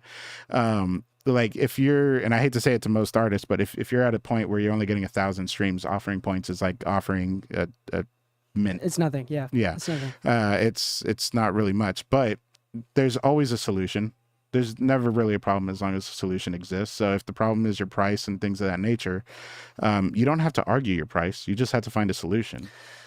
Yeah, that's super true. Good point. I want to, there's a couple other things, small things that I think I want to talk about, some mistakes that I made. This sounds really sad, but I mean this in a practical sense. I think I made some mistakes believing people too early in the game. For example, this is really harsh, but I will never take points unless you have a history of your points doing anything in the past. That's logical. Yeah, like no, but I used to get overexcited and just believe in people way too early. Oh, I see. And then they either burn. I mean, think about this. For example, a mistake that's not really a mistake. It costs very little, but there was another segment of the podcast. Yeah. And they both promised to do a long time, and they were committed to it. They were very excited. And I made the mistake often of mistaking enthusiasm for commitment. Yeah. And there's a big difference.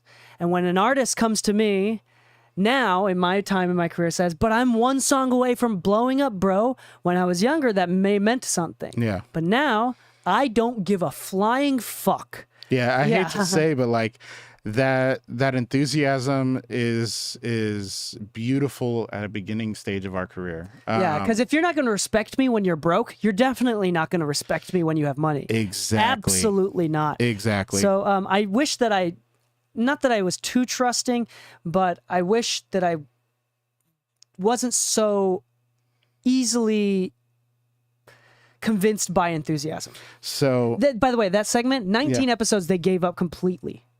19 episodes. We're on episode 300 plus. yeah. Well, I mean, including the private ones. So 235 plus of it's public ones. kind of funny. I've been tagging us in comments lately where people will ask like, oh, maybe DK or Lou know. It's like, yeah, here's the answer. And if you'd like to learn more, here's a Mixing Music podcast for you. Yeah, We've got over 300 episodes that can help you.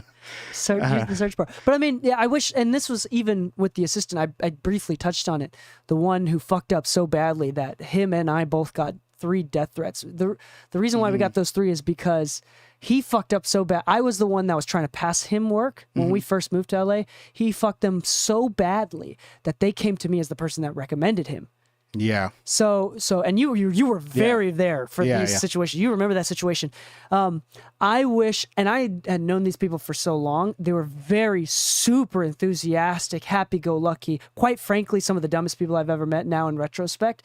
But they were just super enthusiastic. Really, kind of gave off that positive thing, and I was convinced. I put all my I put all my tokens, all my bets into All your them, eggs and I into wish that I didn't. basket. I shouldn't Yeah. have done that. So I think that makes it I think that's an honorable mutual mention where it's, I think a huge thing that people really undervalue is the level of a recommendation and the effect it has on your career. I forget who it was. Somebody in the studio had recommended somebody and it really didn't work out. And like I told them, mistakenly recommending someone who isn't qualified. Yeah, and I remember telling them like, you realize I can't look at you the same when you make a recommendation now, right? Like your recommendation was that bad. Yeah. Yeah, and it wasn't like malintent or malcommunication kind of thing. It's just, like your recommendation carries so much weight. Like when somebody really believes in you and you just send whoever, like understand you could have broken a bond for that person that you referred them to. Yeah. Like that's why a lot of times people are like, oh, who do you recommend for recording? I'm very selective about it just for that exact reason. Yeah. Outside of I wish so for that exact reason, sorry, I didn't. No, you're good. Someone started calling me and I got distracted there. But yeah, I don't know if I've accidentally recommended someone that went that poorly, but I've been recommended people. Yeah. That was just like, they weren't even able to, because I asked someone for recommendations to solve a problem, and I had someone so enthusiastically recommend someone. I get excited, they get excited, they're hyping them up, I get them, they're unable to solve that problem. It's not about whether or not the person was good or bad. I need a problem to solve, and they're so unqualified that they can't even solve that problem, which makes me super upset at the person that recommended them, because now it just seems like they're liars. Yeah. So I wish I wasn't. So the honorable mention for me is I wish that I wasn't so easily swayed by enthusiasm. Yeah. If you want me to accept points on behalf of a discount of my work, I want to see on paper a history of how much money you've made from points in the past. Yeah. I'm not going to invest in a product. Think about it. If I'm not going to invest in your new 3D printed fidget toy unless I see the income that you've made from it. Yeah. Until I see the profits on paper. Yeah. Show me the consistency that you're actually moving product, and then we can talk about it. But like investing, it's almost like the scam artists on Instagram where it's like, hey, invest in this startup business, you'll make millions. It's like, great. If that's the case, why are you pitching it to people on Instagram? Why aren't you looking for like venture capitalists and everything that can give you a lot faster in a single transaction? Well, there's a lot of nuance to be said about that, about how much they control what you take over your company and things like that. But that being said, people aren't looking at it that way. I can't get people to be less enthusiastic. Their enthusiasm is part of the reason why they're doing so well, potentially. Yeah.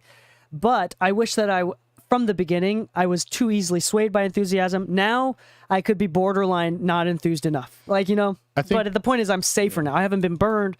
I'm not going to take people. And there's also this mutual respect. At higher levels, nobody's everybody's pretty realistic. Like they're happy and they're passionate. Passion is different from enthusiasm. Yeah. And they're not trying to, because enthusiasm is more about like selling me something. Yeah. Where passion is just like, I don't give a shit about the sale. I'm willing to spend the money. I just want to have a good job done. Yeah. Because I really, truly from the core believe in this. Yeah. Where it's like enthusiasm is more like, I don't have any I have a sandy foundation, but like, trust me, bro. Trust me, bro. Trust me. Like, just believe. Yeah. So that's my honorable mention. Do you have an honorable mention? Yes. And I think we always touch on this one, which is kind of funny because like, I hate to be a broken record, but bought gear to promote my business at an early stage. It's not the gear that brings clients. It is and it isn't, but there's a very specific reason. There's a very specific reason. And I'll say it like this. I think Neighborhood Watch does a very good job at this, which is putting like a C800 and some. But that's specific to LA. That's specific to LA, and that's why I'm saying like at an early stage, this is dangerous because you need to know what you're investing in and what your ROI on that is, and how that ROI really applies to your specific business. Like if you're a mixer and your mixes suck balls. It doesn't matter if you have an SSL G-Bus Plus or anything. It doesn't matter if you have Augsburger mains, because the chances are the clients that saw you with that gear are like, oh crap, he's got good stuff. He must be doing something right. Cool. And that illusion is kind of there. but that will not keep the client. You have to be good. So buying stuff to promote who you are without being able to actually have a tangible, audible playlist that actually sells it, then you just look like another guy that rented a studio to take photos in. You could have done the same thing, literally booking time at Paramount, take photos in front of the console, and it would have been all the same. You don't have to buy a TubeTech CL1B as the first compressor you buy. Yeah, I will say that that is uniquely LA as far as like having gear, and it's specific to like booking, like owning a studio versus like having a mixing mastering Exactly. service. And I will say though, yeah, this industry is not an industry that is like, if you buy it, they will come. Yeah. Like if you buy the gear, you will build clients. There's, especially in long term, in the short term, if you build and go into debt to have a super beautiful, professional looking studio, professional looking setup, you might have a few more clients that are reaching out. Like when I went, I remember, wouldn't say clients. Yeah. So I remember when I went from my spare bedroom to a commercial location, my income went up like 3 to 4 times. Yeah. Just because of the professionalism and the presentation of having a client. But that only lasted about a year. After that, I had to, like, every single time I had a new face, I had to then further convince them that it was worth staying with me. Yeah. So if I didn't have the skill to back it up, I would have lost everything. Exactly. So it may help a little bit in the short term. The ROI, the diminishing returns on that is just way super crazy. So it's not really worth it. But if you are able to pull it off, you remember that it's okay to get gear slowly because you also have to match it with the skill in order to maintain for long-term clientele. Yeah. Customers' clientele. That's why it's such an issue at an early stage. Like buying gear to promote yourself as an engineer, as a producer, whatever, at an early stage does not actually help. It can help find new customers, but it doesn't help you find new clients. And I've said it before on the podcast. I know it's on Instagram and stuff. Like the difference between a customer and a client is a customer can go to any studio. As long as they got the gear they're looking for, they can go anywhere. But they're not staying at that one studio just because they have the gear. Especially if you're in LA, everybody's got a TubeTech CL1B. It doesn't really matter. Everybody's got a C800G, or if they do or don't, it doesn't really matter. If you know how many times I've set up a studio or go to a studio session where like they got the C800D, they got the 1073, they got the CL1B, they've got everything you're looking for, and yet you can still hear the client telling the engineer like, hey, something's up with the sound, it just doesn't sound like how I normally sound. The funny thing is they could be recording normally on a $200 mic and you just put them up on a very expensive chain. If you just don't know how to use it and get them to where they want to be, it doesn't really matter what it is. You can still fuck it up. So the gear will help you find new customers, but it's really on your skill set to make them clients, make them really stay. So at an early stage, you don't have to worry about, oh, I'm going to spend 50 grand on building out this studio, but I have no client base. That shouldn't be your concern. You should build a client base. It's kind of like what you've said in the past, a trip to IKEA will make you more money than a trip to Guitar Center, which is ultimately true because every time I'm like quoting out studios, they're all like, can I do backlighting? Can I do this? Can we do these kind of colors? Like you kind of see where the trends are going and what they want to see. And they almost never make a mention of a specific piece of gear. It's like almost afterthought. Yeah. Like they don't ever ask about the computer. It's usually afterthought. I usually have to ask them like, what kind of computer do they want? Oh, like a Mac Pro. Okay, do you know like what specs? A good one. It's like, cool. You're mainly focused on the vibe of the studio. Yeah. So like, don't worry about the CL1B. Take those $3,600, or if you're gonna buy aftermarket, take those $6,000, and invest in creating a space that not only is, you know, acoustically well, that's going to help you with your current system, but also creates a vibe for your clients to really enjoy a space to work with you in. Yeah, I agree that that is, aesthetics is very important. Like the level of professionality as well as organization, which typically also conveys organization with clients. Like if your room is messy, you're probably not emailing people back in time. Yeah. You're probably not texting people back. You know, like But that's why like get your shit together. Yeah. And it kind of shows. Anyway, sorry, what were you gonna say? No, I was gonna say that's why I think like Neighborhood Watch does a really good job at it, because their whole market is like booking studios, so like really cost effective studios. Like we're on their platform, both our A and B room. And the whole idea is like, hey, we have tons of ways for you to book. We make it customer friendly or user friendly to be able to book it. It's kind of on a list, so you have to kind of be vetted before you can book. all these things are really great, and it just creates a better experience for the client. All the studios having the same gear really just kind of proves, like, at the end of the day, if a client starts booking your studio on their same platform regularly, it's because they really like your studio. Something about them has built a relationship with that client. Yeah, and to end this episode off, I think it's insane. I'm sure anybody that, if you've made it this far, maybe you, and if you're a longtime fan of the podcast, you would have realized this.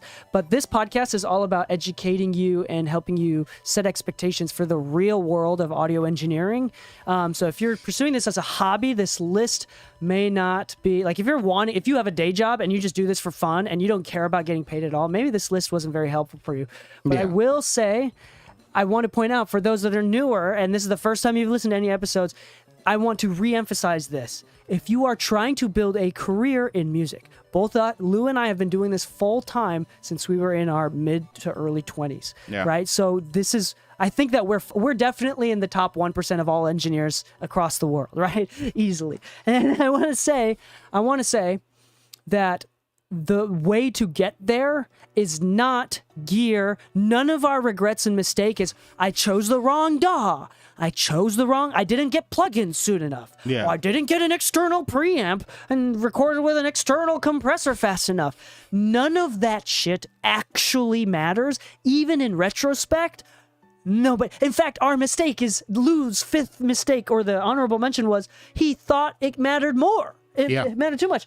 And in the real practical world of making a living from this shit, we don't even have to mention gear, software, or the tools, because those are no-brainers and have so little to no effect on our work that it's more of a mistake to care than it is to not, which is insane to me. And I know that that's what gets clicks. But remember, most people are hobbyists.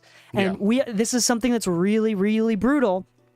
But I teach groups of students.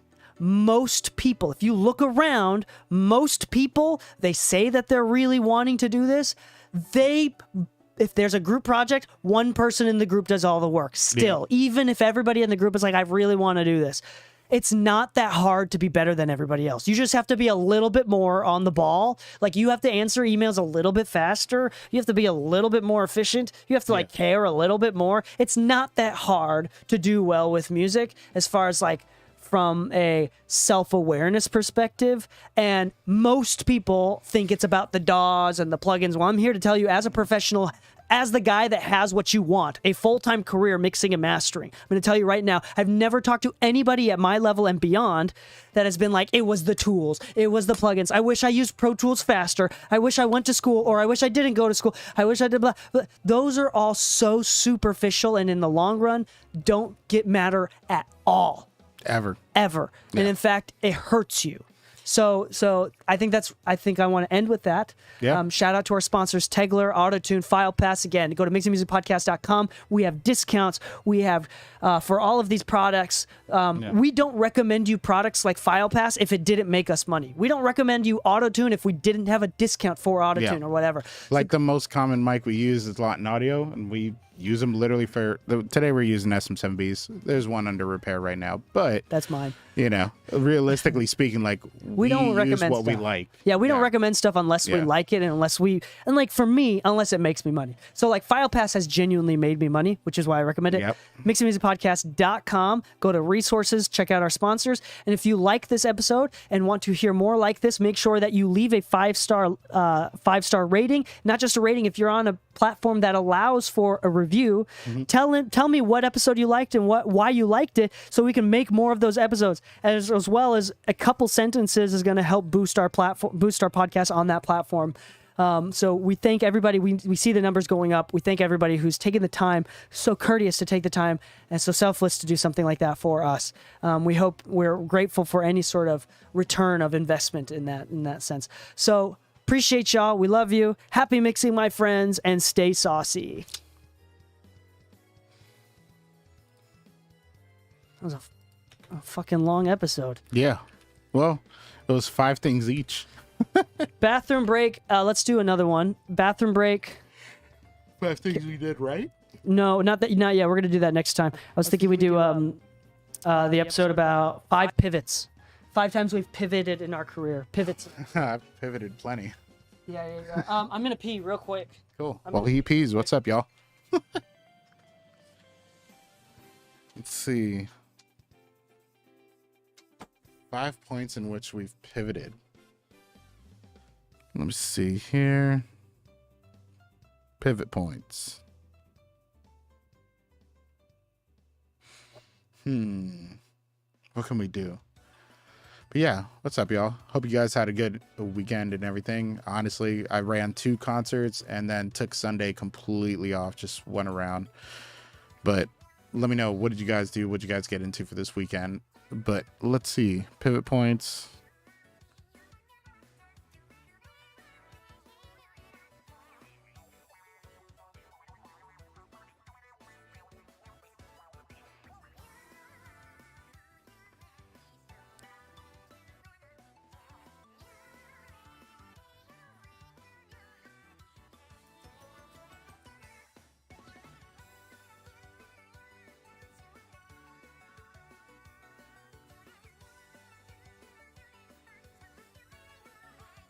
Let's see. Boom. What can we think?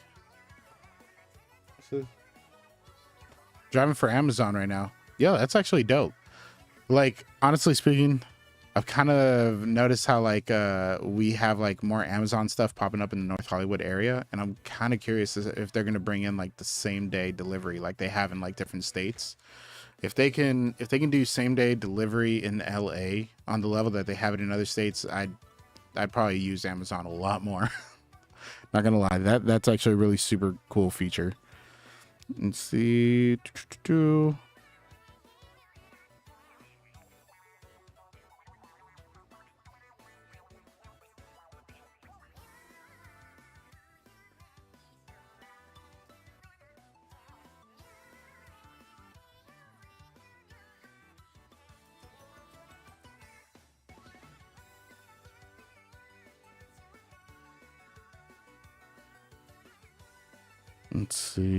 see.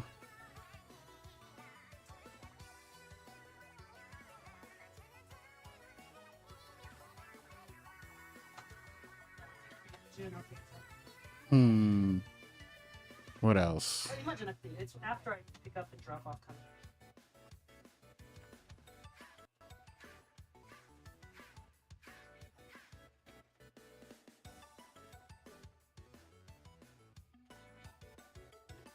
Let's see. What else?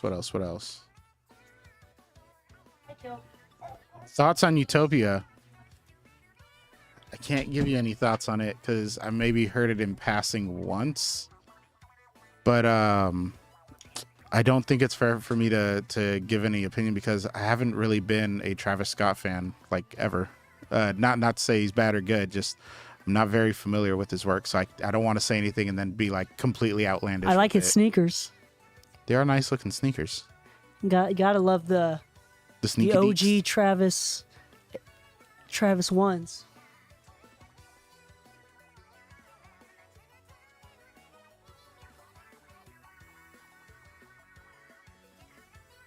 Anyway, wait, where did you see the comment? On the screen. In the middle. Oh. Okay, we're going to do another one real quick. This one's going to be faster. 5 times we've pivoted and why. Okay, here it comes.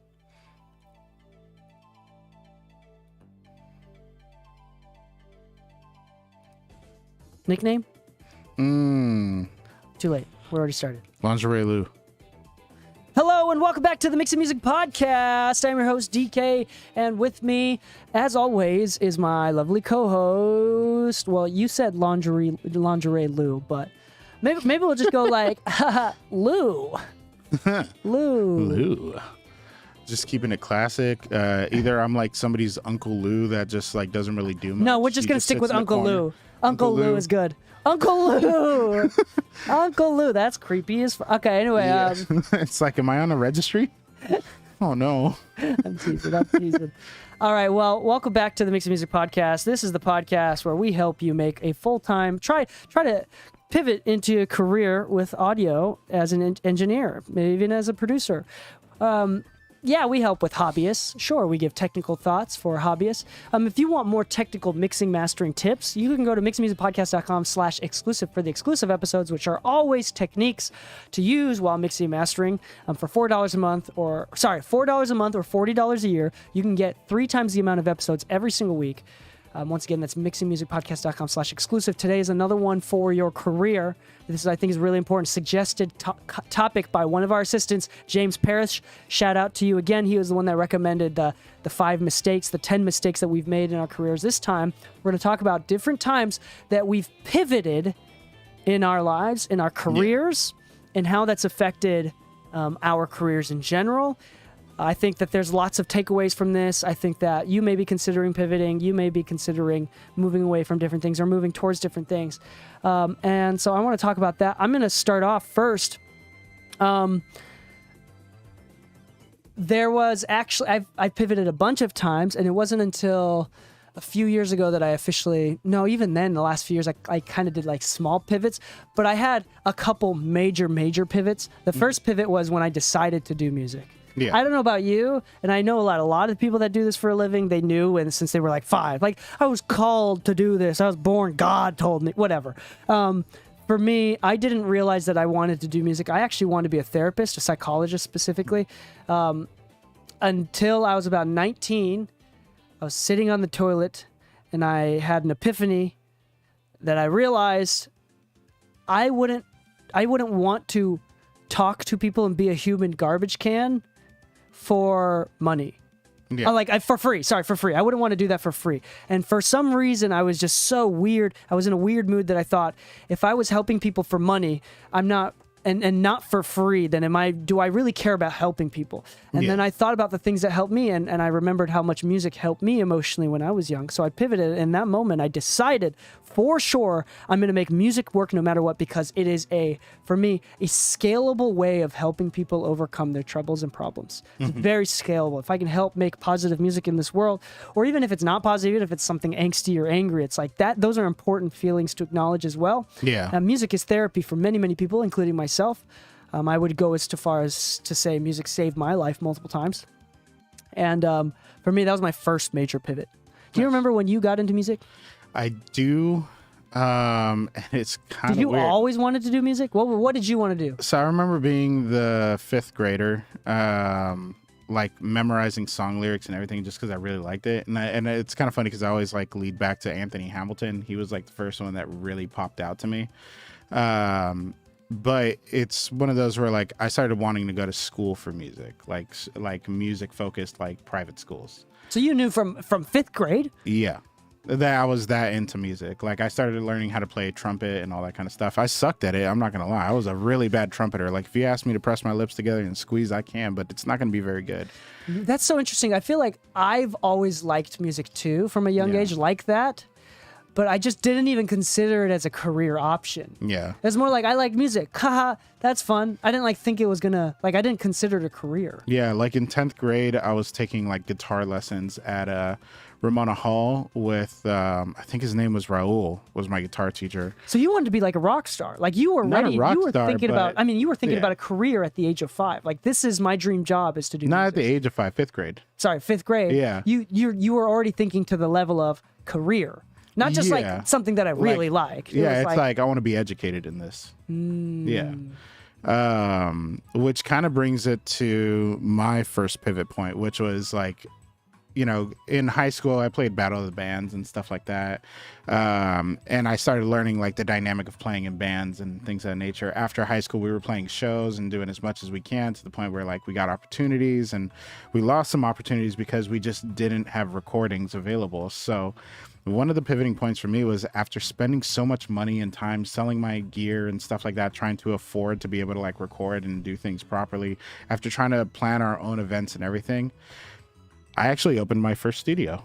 So you went from musician to Studio operator yeah. and owner. And all of this happened after I was like trying to really take it seriously and trying to be seen as more of a professional. So like before the studio, I was like recording people at their house. I had a 57 and a Tascam US100 interface on my Sony Vaio with 2 gigs of RAM and stuff. We're running Cubase 5. And the funny thing is, like, nobody ever really questioned me on the setup, and I should probably take more note of that. They were just like 57 for guitars. Yeah, that sounds about right. You know, the rest of it was just minor details, but like I was out there actively trying to record people, but it always felt shady because I was like recording in somebody's living room with their cat running around or their dog Called barking in imposter the syndrome, background. dude. It feels shady. Yeah.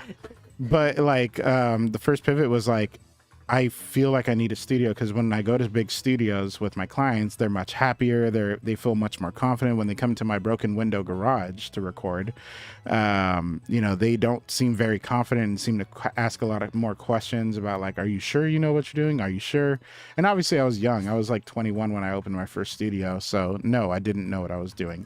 But opening the studio was like a huge change for me. I ended up like spending like the first week there. I think I spent like 80 hours in the studio, really just trying to make it perfect, setting up the desk, setting up the speakers, showing it off to clients. And like that really gave me a whole mindset change. Like that was a huge pivot on my end where it's like, I don't feel like an amateur as much anymore. I finally have my own space.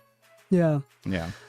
So that's amazing. And then for me, yeah, so you were a musician first, transitioned into being a studio owner operator, right? Mm-hmm. For me, I never thought I'd work in the studio. I didn't realize that.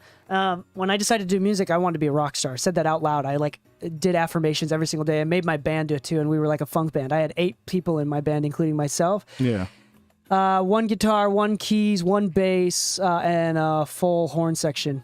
Nice. So that's about 8 people, right? 3 people, 3 horns, keys, guitar, bass, me. 7. Who am I missing? Maybe a second guitar player we had at one point. Anyway, regardless, there's about 7 or 8 people in my band, and I was the leader of it. I was gonna be I was wanted to be a rock star. I wanted to go on tour. I wanted to do all this stuff. We won a battle of the bands for like a big radio station, like the biggest for an iHeart Radio thing. They paid for an all-expenses-paid trip to meet with the head of A&R of Republic Records in California. That was the first time I went to Los Angeles. So I went out to, I think it was in Santa Monica area, right by the beach, right by the Universal Studios and Republic offices, for Universal Music and Republic offices, met with the vice president of A&R, like the 2 of the biggest guys in A&R, the same people that signed and managed Post Malone, Ariana Grande, Drake, all of those people. I was sitting in that office. We did really well. I mean, I'm singer, songwriter, producer here. Just totally fucking bombed that interview. Just bombed it. Yeah. And I have other podcast episodes where I talk more deeply about this. And it really affected me more than I'd love to admit. It really affected me, and I lost a lot of confidence. And I realized, one, I had other priorities. I wanted to have a family eventually, and going on tour wouldn't really be good for that. Yeah. You know, maybe that was just a rationalization to give up on my dreams. But my dreams changed, and here comes my second pivot, is I decided that I liked helping other artists. Like, I wasn't able to believe in myself all the way, and that was part of the reason why I bombed the interview, is because there was an obvious lack of self-belief, confidence. I wasn't like delusionally confident, and I should have been. I was too humble. And I wanted to help other delusionally confident artists actually finish their songs and to sound really good. So I accepted this role as like the healer in a team MRPG. You know, like I was the healer role, and I wanted to help other people finish songs. And I really, really loved the idea of finishing songs. I didn't know exactly what that meant at the time. That's when I decided to pivot, and I actually, by luck, and this wasn't on purpose, when I was 22, I opened my own studio. I didn't share it with anybody else. I had 3 rooms to myself. I was paying rent by myself. I had a business partner. He was supposed to take out the loan and get because the person that previously owned that spot or rented that spot had about $20,000 worth of equipment. He would just want to get out of the music industry completely. He's now a big videographer, and he sells like classes on video and lighting and stuff like that. He's actually doing fairly well from what I understand. But he sold everything and bought 1 camera. So we paid him $20,000 and he bought 1 camera. So he was going to take on that loan. My business partner was going to take on that loan. And then at the last minute, like I was just going to be an engineer. I was going to be an employee. Yeah. And at the last minute, I decided, nah, this is too big of an opportunity. I was the one that took on that liability. Yeah. And I was already working at Guitar Center at the time, so I had a lot of equipment. I've been saving up for a long time, got a lot of discounts. I sold everything, paid that loan back as soon as I can, and then just took on this studio and decided that I was going to be an engineer of some capacity. I didn't quite understand what it meant to be a producer. I didn't quite understand what it meant to be an engineer. I didn't even may not have known the difference between a mix engineer and a recording engineer. I just knew that I liked mixing, I liked recording, I liked helping people like finish songs. And that was my first major pivot. What was your first major pivot after? So you went from musician to studio owner. Yeah. Let's go back to your story. What was the next pivot after that? Leaving said studio for a private engineer life. Not private as in working for somebody specifically, but just deciding that I don't need to be locked into this studio. Reason that this was a big deal. So you went full freelance. Full freelance instead of having my own studio. And this one took a couple years because I had that studio with my business partners for quite a while, but I started noticing how I had no clue what it took to manage an efficient studio on that level. Not necessarily that it was bad, but no, neither did I when I started my studio. Yeah, nobody no knows. idea It's what your the fuck first I was business. You're bound to fuck up. That's why the government's like, yeah, we'll give you the first 2 years to get your taxes in order, dude. Like, wait, hold on. That is not real. No, you have to get your taxes in order from year one. Yes, you do. But like, they're looking at you like, you made no money. None? That's normal. In a year? 2 years? Like, Amazon still doesn't make money, apparently. Apparently. But like, the funny thing is this, like, you kind of go from owning a studio like I did, where it's in a building with a bunch of known people. Like Game the Rapper was my neighbor for 5 years, which was cool. What ended up happening is I ended up training a couple of his engineers. Like a lot of his team, his interns that were kind of coming up, trying to be his next engineer, blah, blah, would come over and be like, Lou, they asked me to do this. How do I do this? And it's like, no worries. Come on, let's go into the room real quick. I'll show you what you need to do. How do I do a reverse reverb? This is how you do it. You know, and like the cool thing is like, and at this time you were like learning too. So like, this wasn't like information that you knew and you taught them. Like you were teaching them stuff that you had also freshly learned. Exactly. So like the part of it is I tell people like, if you can't teach it, you don't know it. So it was also like the teaching part was your learning experience as well. That's good. So, that's great. Like a cool thing is I became like the resource in that building, which ended up meaning that a lot of people were calling me to do things that didn't require me to be in the building. In fact, a lot of opportunities aren't always in the studio. Sometimes they're at the house of the artist. Sometimes they're at an event space. Sometimes it's like, hey, do you know how to do live sound?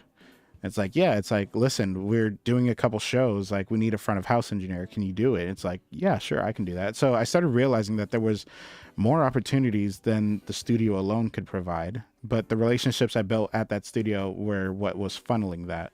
So at a certain point, I was only at my studio once a week at most, you know? And at that point, it's like, why am I paying? At the time, we're talking about 2011, and I was paying roughly $2,000 a month with my team for that studio. Yeah. And the studio was maybe a little bit bigger than our Studio B. Sure. But it was like acoustically bad and all that kind of stuff. It wasn't up to like what my personal standards had grown into. And at that point it was like, okay, I need to get out because all these opportunities are coming up outside of this, and I kind of need to be able to take them without the overhead holding me back on progression. So the next pivot point for me, pivot point 2, was leaving the studio because there was opportunities outside of it, and the overhead now was a factor that I needed to start considering better. That's interesting. To put it into perspective, in Utah when I started my first studio, in Provo, Utah, just down the street from BYU. What a funny thing, man. I had an entire building to myself with 2 rooms larger than our current A room, like just not including the track, not including the live room, just the control room. Yeah. I had 2 rooms that were bigger than our Studio A control room, and I had an upstairs room which is about as big as our B room, with lower ceilings, but about as big. And how much was it a month again? At first, when we first started, after the $20,000 that we paid to get him out of the lease, it was $650 a month plus utilities and insurance. So it's like after utilities and insurance and alarm systems and cameras and things like that. It ended up $650 a being month? it ended up being about, at first it was $900 a month, and then after a couple of years she raised it to $750. So then it became about $1,000 to $1,100 per month of everything included. Again, insurance and utilities and all that jazz. So yeah, but at the same time, you remember, like, the price of that reflects the amount of work there was available. Like in LA, The work is in you don't have abundance. to be super, as long as you have a space, you can not easily, but you can make $2,000 to $5,000 a month. Yeah, fairly. to be honest, you know how many times, like, I'll talk to people who see the studio and they're like, if you just made a cheaper room and made people allowed to smoke in it and just charge like $200 a day, it'd be booked constantly. I'm like, yeah, but those are the specific clients I'm low-key trying to avoid. But the funny thing is, like, there is an abundance of work available in LA. Yeah. Like, you could be the cheapest option and you'd still find work. It's crazy. That's definitely a thing. So I started studio. This is when I pivoted. I met, at this time, I was still with my band, and I was running the studio at the same time, working nonstop, going to school full time, working nonstop. My wife was working. This is before we had our first kid. My second pivot actually was out of music. So I continued to do music, but I did a live show with my band. Again, we were notorious enough to win Battle of the Bands, get sent to California. We got booked to do a live festival type, not festival, but it was a 4th of July type event where we played to a live audience of about 5,000 people or something, 5,000 to 7,000 people. Yeah. And during that time, someone in that crowd, I think it was one of the event managers or someone that helped with the event, loved us so much, especially compared to every other band, that for some reason, and I have a feeling that it might have been because we were both Asian. Like, that could have been a part of it. But for some reason, he saw me, he talked to me, he learned about me. He noticed that I was an entrepreneur, and I didn't quite identify as an entrepreneur at the point. I was just a producer that owned a studio. Yeah. I wasn't a studio owner, I wasn't a business guy. I was, and at that point, we started talking, and then after like a couple months of being friends, he invited me to work on his startup. Nice. And as someone that was young, I was like, fuck yeah, let's do it. It's not that I didn't have time, but I was just willing to live off of ramen and get no sleep. Yeah. Right? 22, 23. And for a period of about 3 to 4 years, me and him, we started about 4 companies. And outside of him, I started another 2. So I didn't pivot into like stopping music to build companies, but I will say that I did 2. I would consider this a pivot because I was doing the studio full time, and I was also putting part-time hours into helping startups. And that's when emotionally I had a huge pivot, and I started to identify and take on the identity as an entrepreneur. Yeah. I started having entrepreneur mentors who didn't do music, but they were very wealthy people that started their own businesses. I started to become around people that built like new money wealth, like people that didn't get past money but built it themselves. And I learned what it took and the type of personality, the type of self-discipline to in order to become more wealthy. I learned about blue oceans versus red oceans. It's kind of like basic stuff, the importance of doing taxes right and hiring people. Like, I even learned about like what it costs to start benefits for your employees, and out of all these companies, only 3 stuck around. One of them is my marketing company, Launchpod Media, which I talk about, which is a podcast marketing firm that's still sticking around. We have like 12 employees. I'm still part of our quarterly board meetings. We do calls more often with the CEO often. And I have my personal mixing thing, Mixing Music Podcast, Mixing Music, which includes the podcast, DK Mixes, my personal mixing work, the podcast, and things of that nature, affiliates and that sort of nature. And the third thing, which is the studio, In the Mix Recording Studios. So I have to do 3 sets of taxes every single year before I can do my personal one with everything conglomerated there. But anyway, that was my second major pivot because I kind of, again, I started to identify, and to this day, I think that's part of the reason why I'm doing okay now isn't because I was so good at engineering. I think that was something that happened later. Yeah. But it was because I was so confident, and I really, from a ground level, took seriously the importance of marketing, running a business, advertising your business, finding clientele, project management, efficiency, systems, automation, these things that put me above and beyond anybody else that had 3 times the amount of experience I did because I actually fucking responded to emails. Yeah. And that was my next major pivot. Gotcha. Honestly, that kind of ties in for mine too, because so part of the private engineer life, like you have to learn these things, right? And at first it's like, it's small, it's simple. You're kind of just getting by. You're probably still working like a 9 to 5 to help pay for things, which I was like the whole time that I had my studio. I worked at Guitar Center, Sam Ash, and at Westlake Pro. You know, I worked 3 different retail jobs that were all related to music. But then when I got into the first pivot, which is going into like being a private engineer, just doing things completely freelance, and there's no specific one client or one location. The next pivot was really kind of like. By the way, when did you stop doing any sort of retail work? Was it like partway through? Because you said you helped start the studio when you were 21. Like, what age were you? I was 26 when I had my last your last day. W2, I think, W4, whatever it is you fill out. Okay, really? Yeah. So you were able to. You had a reliable, consistent form of income alongside your building, like entrepreneurship. Yeah. So like I had to still rely on a 9 to 5 to help me cover most of my bills, and then my work in music would cover like new gear purchases, marketing, and trying some new things. I remember doing that. I remember the month that I left my last job that I had, which funny enough was the recording connection. I actually wrote the live sound curriculum with one of my coworkers, and then shortly after I ended up leaving the company. But at that time I was combining what I made from recording and doing like live sound, and from that, and I was averaging like at the time like roughly like $4,000 a month, only for it to drop to $1,800 a month, because 18 is really what I was making from music. So the second pivot, that's still a lot. That's still a lot, especially for someone that's like new. I mean, think about someone that's 26, 27, not in LA. Yeah, and making at the time, $1,800 from like music is insane. An hour.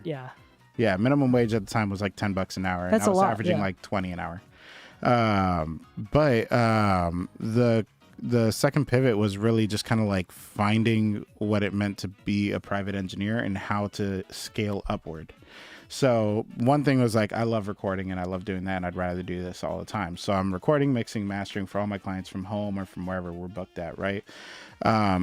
But that was just like one tier of work that I was able to offer, if that makes sense. Like that's when I started realizing some of these clients are asking me, hey, can you help me set up my studio? Can you help me do these shows? And I started like really finding other opportunities. So the next pivot was like starting to branch out more than just the basic offerings. Like you have your burger, shakes, and fries, and that's fine. But at a certain point, if you ever want to expand that menu, you probably have more opportunity to attract new clients and different. So then you went into budgets. At that point, you went into what we talked about the last episode, which was the say yes to everything. Yeah, but it was kind of funny because, like I said, I like a trial by fire education. Like just throw me in, and I bet you I'll figure it out. And by the end of the session, we're fine. But that's when I took on like the Nick Cannon studio build out stuff. That's when I was doing Chris Brown studio build out. That's when I was doing Trey Songz studio build out. And that's when I started working with like contractors as like the head of like their audio division, and being the one in charge of installing consoles, installing patch bays, installing the systems and planning them out in advance. And then, you know, making sure all the software and computers were integrated right and all that kind of stuff. So I'm like 25, 26 at the time, you know, building out these A-list artists like studios. And you've actually worked out of one of them. I wasn't the contractor on that one, but I integrated like the studio. And so when there was issues, like the first person to call definitely was me at the time, but it was one of those like, okay, this isn't working, this isn't working. Okay, cool. I know it's set up. We're just going to find the solution. We're going to do this. And as long as we do this, we're fine. And, you know, I became the guy that a lot of people trusted to be like their go-to guy. So the second pivot that I had was really, not second, I guess this would be third pivot. Really just kind of becoming multifaceted instead of just being a one lane kind of engineer. Like everybody records, everybody mixes, everybody masters. And when you're starting out, that's fine. And if that's the only thing you want to do, then dive deeper into that. But on my end, I don't know what made me much more fascinated in the idea of like setting them up and actually building these spaces and learning more about getting into it. So I started starting Midside Sound, which offered live sound integration and recording services. And that was like when I finally, I guess you could say, built Midside Sound. Midside Sound didn't exist until like I was 26. And now 6 years later, like Midside Sound is like still Midside Sound, the company, not Yeah. the technique. not the technique. company. No, Midside Sound, the company. And to this day, it still offers all the same things. Like I'm still taking studio builds and all that kind of stuff. And arguably speaking, sometimes I can take a break from recording, mixing, and mastering and just focus on that for a bit. And that will pay the bills. And then I come back to music and all that kind of stuff. So part of it was like diversifying the portfolio more than what it was. That would be like my third pivot. Yeah. Like building, like you said, building businesses that end up like succeeding and doing well, but also like kind of what we talked about on the last episode, finding out what you don't want to do and what doesn't interest you, what does interest you, and kind of focusing more on that. Yeah. Yeah. That's cool. Yeah, I remember. Do you still use Midside Sound as an LLC? Yeah. Okay. Oh, Now- actually, it's all sole proprietorship, funny enough. Okay. My main business is DK Mixes LLC. But okay, anyway, back to the time where I'm starting businesses. I'm now involved with many other companies. Yeah, we actually, one of the times when I started working on other companies, I remember this was like the most exciting, but also the most depressing thing ever. When I was about 24, one of the companies that I started, it was a marketing firm for apartments and listings. It was specifically our main client was a website. I think it's okay to say their name. It's a website called Rentler, or like I think that's what it was. Rentler, who are based out of Utah. They do apartment listings, but they also have like landlord tools too, like collecting rent and payment platforms or portals. Right. What we did, and this was something so specific. This was a genius idea, but it burned us out. You know, all of those Facebook groups like Los Angeles Housing, Minneapolis Housing, USC Housing. Yeah. I own all of them. If you go to most of those, you'll see my name in the moderator list. That's actually kind of my hilarious. Facebook, it blows up with so many, just random cities and states across the entire U.S. Mm-hmm. It's so fucking annoying, actually. I hate Facebook because that ruined it for me, because I don't have... You don't my have notifications privacy is anymore? just I turned off all the notifications, but they keep reminding me that I own like so many of these groups. I don't know all of them, and there's new ones too. And we went as far as to paying to acquire these groups. And we actually, my buddy and I, his name is Lee, he actually coded a scraper tool. So what it would do is that with the listing, the coding would actually scrape the details from the listing, the pricing, the room, what the amenities and everything that was written down on a Facebook post, going through what Facebook required to post that listing. Yeah. And it would scrape that. It would automatically create a new profile for Rentler, and it would make that listing on Rentler automatically, and the code did it all automatically. So it completely just demolished the Rentlers, like Google Analytics, like the pay-per-clicks, like the PPC. It just went down. Like we were killing all of their marketing. In fact, we were killing it so much that they were going to pay $1.6 million to me and Lee for what for us was 8 months of work, 8 to 10 months of work. We were at the table signing that offer. Me and Lee were going to split $800,000 each for about 8 to 10 months of work. I'm 24. He might be 26. We're going to do this together. And VP comes in while he has the pen in his hand about to sign this paper. The CEO has the pen in his hand about to sign this paper. VP comes in, whispers something in the CEO's ear. CEO walks out, comes back in 2 minutes later and says, "Hey guys, we're actually going to have to hold off on this." And the project got shelved. I lost $800,000. Not like actually lost, because I didn't go into debt. But I remember losing a potential. I was like getting greedy, and like my mouth was drooling. I was like, I'm gonna be rich. Like this is gonna set me up. I can invest in other things. And I was actually, if that did get signed, I probably would have. No, I don't think I would have left music. But you probably would have gone more privatized than music. No, I was gonna say that actually probably wouldn't have been good for my career, because we've both seen people that like made money from doing something else, and they like buy their way. They have all the nice gear, but they don't have the skill to back it up. You know, so that's a whole different do we know thing. those kind of people?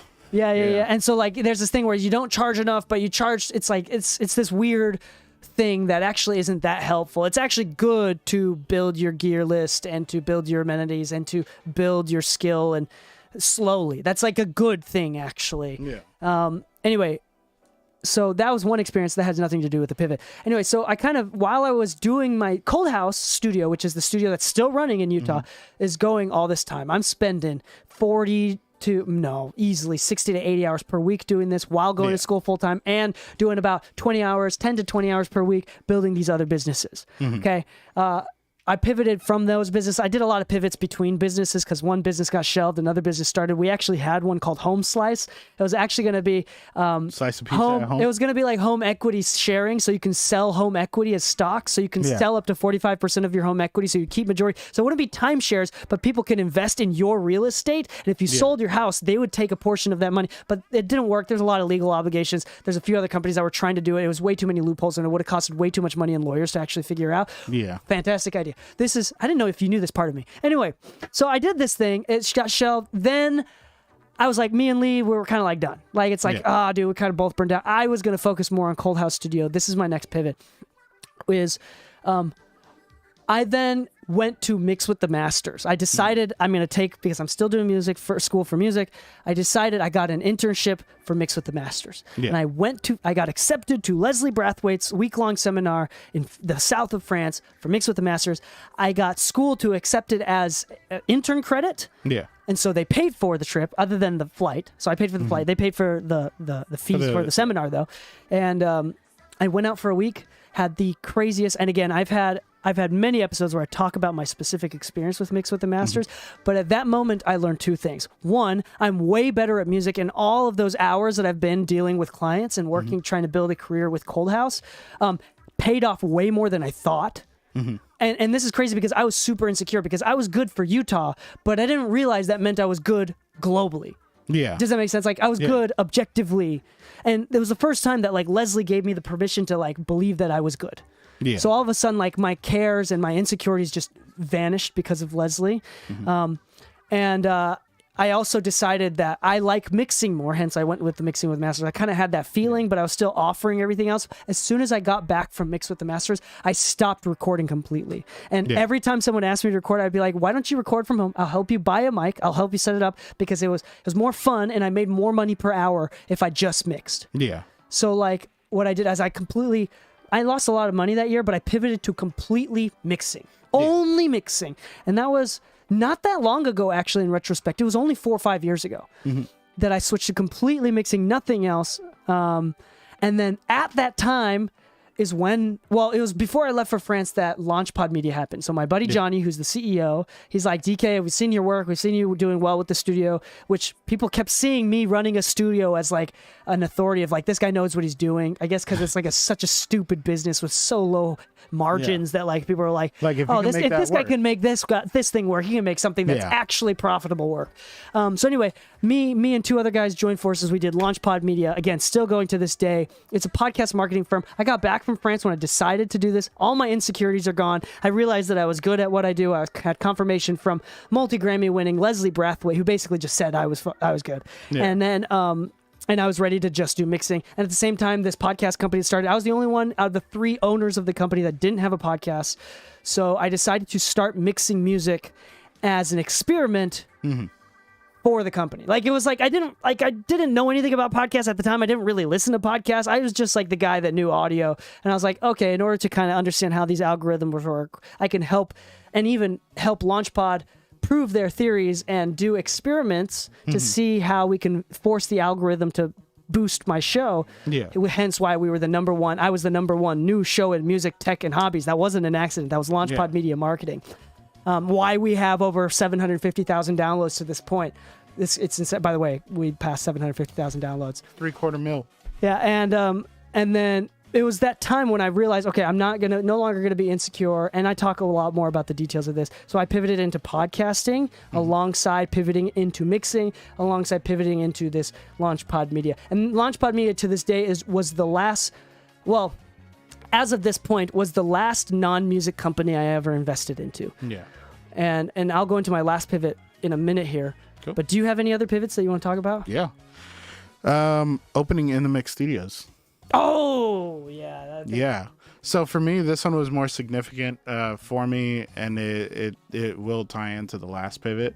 But this pivot was significant for a few reasons. At no point have I mentioned in any of the pivots like my reliance on the team. A lot of it was like talking about myself and myself doing things, because in my head, it wasn't like first, or what is it? First character syndrome? What is it? Main character syndrome? What? Like when you think like you're the only person that matters in your story, kind of thing. Oh, being a narcissist? Yeah, being a dick. Yeah, Megalomaniac? yeah, whatever that is. I'm sorry, I'm not familiar with the definition of it, but it sounds cool. At the same Hold on, time, hold sounds on. bad. Define megalomaniac.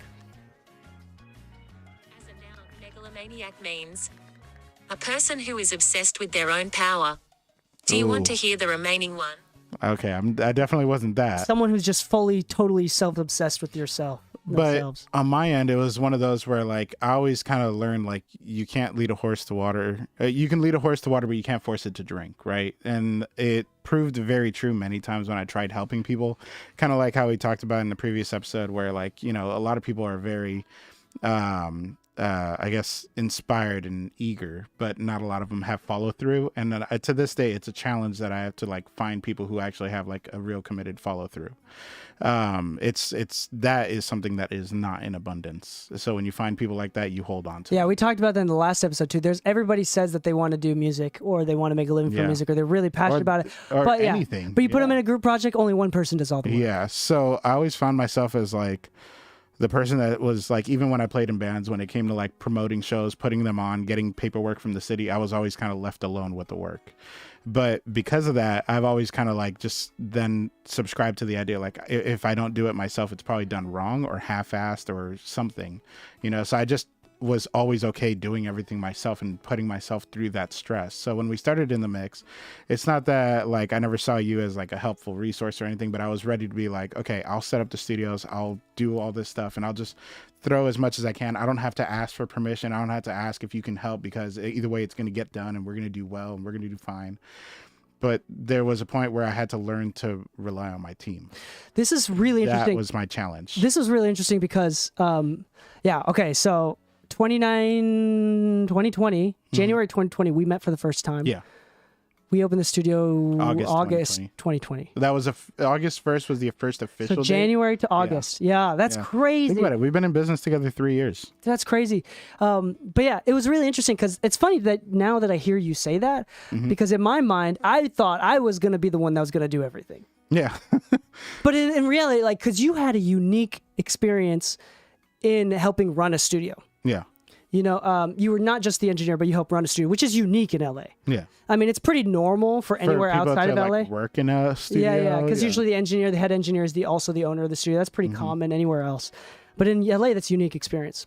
Because it's also not just basic how to have clients. Like what I did, owning a studio and being the head engineer, it was just like I'm dealing with my clients and I just had a set location to it. It was more of like an office where managing a studio is like customer service, booking times, dealing with clients. There's like, and it's a much higher demand thing. So it's like there's a lot more clients to sift through, right? Exactly. And even if you're not doing the session yourself, right, there's a lot more that goes outside of it. You had that upfront day-to-day customer facing experience.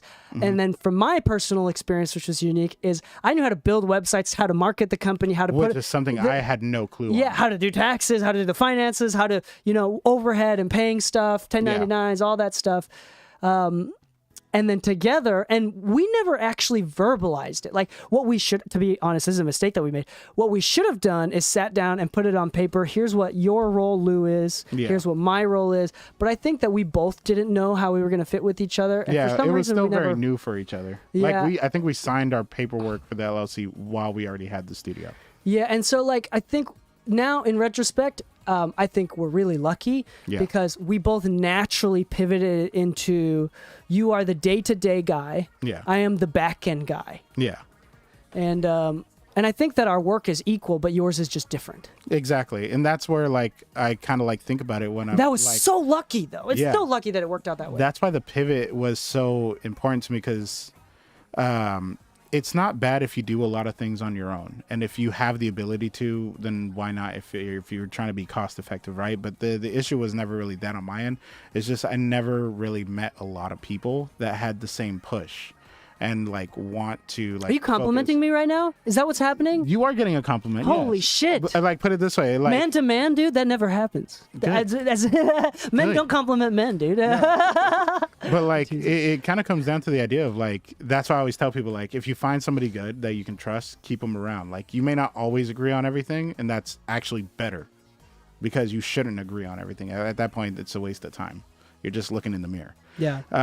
But when we opened the studio, like I remember spending 24 hours in the studio before our first session, setting up all of Studio A, like getting it clean, prepped, verifying everything worked, and then sleeping on the carpet floor, and then opening the door for the client as soon as I woke up. And that client was Kylan Turner. He was studio client number 1, and in fact, so much so that the studio technically wasn't perfectly complete at the moment, and he knew that, and he was still okay with it. And it was before August 1st, in fact.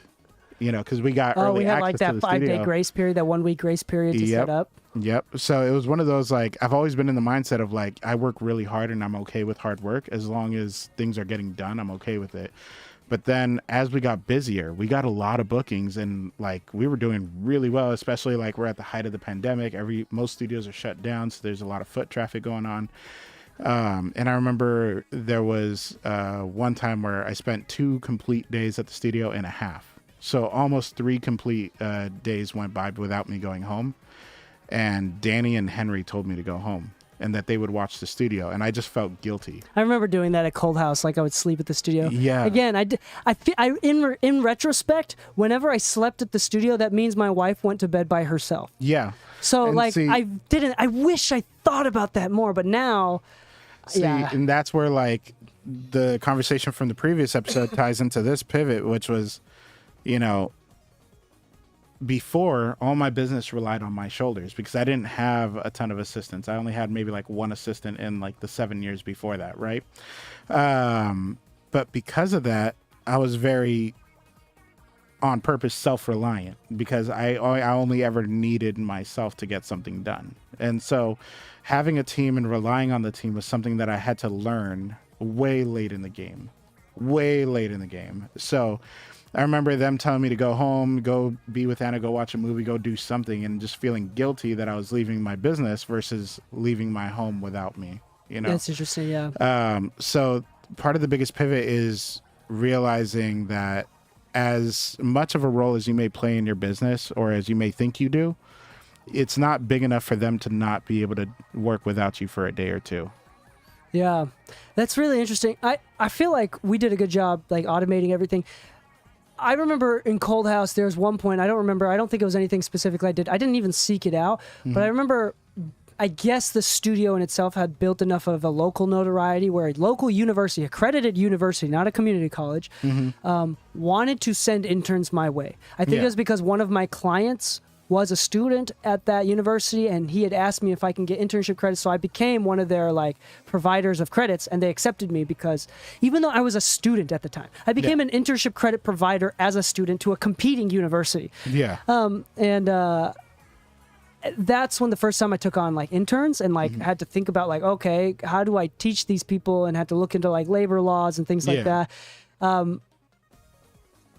So I remember, and then combined with the entrepreneurship, the businesses that I'd been developing, which is like Launchpod Media was the first time that it was beyond just me and the owners. Like we actually started hiring people, hiring out tasks that we had to do on a daily basis. So like we prioritized what was the most important things that we had to do, what was the least important things, how do we hire out those least important things, because we're making enough income to provide full-time jobs.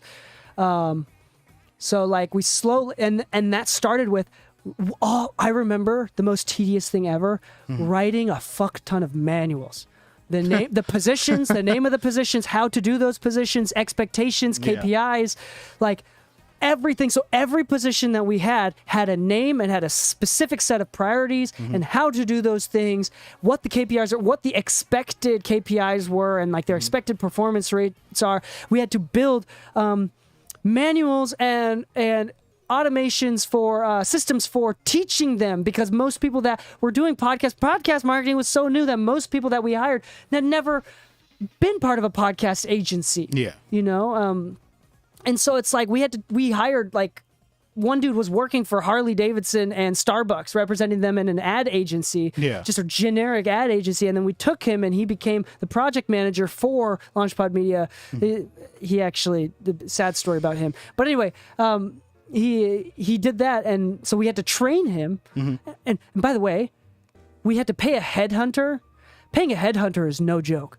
I think we paid like $50,000 to $70,000 just to find this dude, and then Yeah. on top of that, we had to commit to paying him $90,000 a year. This is no God joke. damn. So remember, I'm about 26. My CEO is about 27, 28. We're all of us are under 30, and we have now hundreds of thousands of dollars of headroom Yeah. that we had to do every single year. So even now, like I say that I'm broke, but that's because I have so much headroom for so much different things. Yeah. But anyway, so sorry, the reason I brought that up is because of that unique skill set that I had with your unique skill set. Because yeah, I know how to run a studio, but you have a lot more specific stuff. I didn't know how to deal with clients that I wasn't engineering from and at that scale. Yeah. So that was unique to that. And then what we did now is we've automated systems. I helped create the internship program, and now none of us have to be there. Yeah. Neither of us have to be there, and it kind of runs in itself, and it's good for them because they get to learn, they get to work in a space that is really professional. We go out of our way. I think we have the best internship program of all of Southern California here, no doubt. I don't know of a single other studio Not that even offers close. like one-on-one dedicated lessons on a weekly basis. And that's partially because we know that in order to keep interns or volunteers sometimes that the leverage that we have is the quality of education. So we Yeah. go out of our way to provide as much opportunity and education as we can for our interns. Ask any of our interns. I'm sure we'll interview one of them later for another episode. Yeah. But it's fantastic. I'm really proud of our program, and that's worked out really well. So you said one last pivot for you. Yeah. Setting up strong boundaries. This is kind of not a career pivot, it's a mentality pivot. Because it's kind of like we talked about earlier. Like early in your career, it's definitely a good idea to say yes to everything.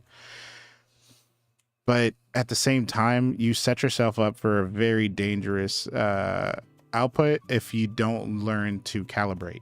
And that calibration being that as soon as something starts to go sour, though you did agree to it in the past, you now need to know how to set up your boundaries or communicate certain issues and prevent this from happening again, which means like a good example is the interview with Jeff Jackson, where every time he got burned, he added it to his contract. And because of that, he could no longer get burned in that situation. That's okay. You're going to get burned over time. But It's important. Setting up- We don't want to deny you the opportunity of getting burned. yeah, get burned. There's something about like You know what? Go get burned. there's right something now. about there's something interesting about teaching you how not to get burned because don't you wanna- have to get burned to understand why. Yeah. You know, Like, if to be honest, if you've never changed the oil of a car, but you've read a book on it, I still don't trust you to change the oil of my car. I don't want you anywhere near it. So I'd rather you get your hands dirty and fuck it up a couple times so you don't fuck it up when you do mine. yeah. Yeah. So the point of like the intern programs is like literally come make mistakes.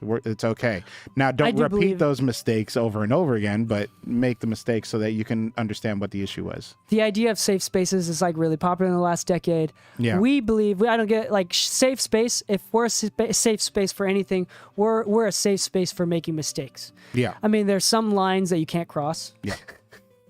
But we're significantly more okay with mistakes. In fact, we encourage them. Accelerate your mistake making. Yeah. And we will do as long as you can clean. If you spill the milk, as long as you clean up after yourself. And I'd rather hire someone, or I'd rather keep an employee who fucked up really bad because I know that they're never going to make that mistake ever again. They're going to be so embarrassed that's like they're never going to let that happen again. Yep. Instead of hiring somebody new to replace them after they make a mistake. Yeah. But like the big point on this one is like once you start learning what your boundaries are or what you're willing to deal with, you honestly live a much happier life. And like part of that was like being able to go home. Something that like after in the mix became much more of a reality than it did before. Reason being is once again, I was very reliant on myself, saying yes to a lot of things. I was the head engineer for like 2 different rental companies. I was the head engineer for one venue, then I transitioned to another venue that was paying me double and this and that.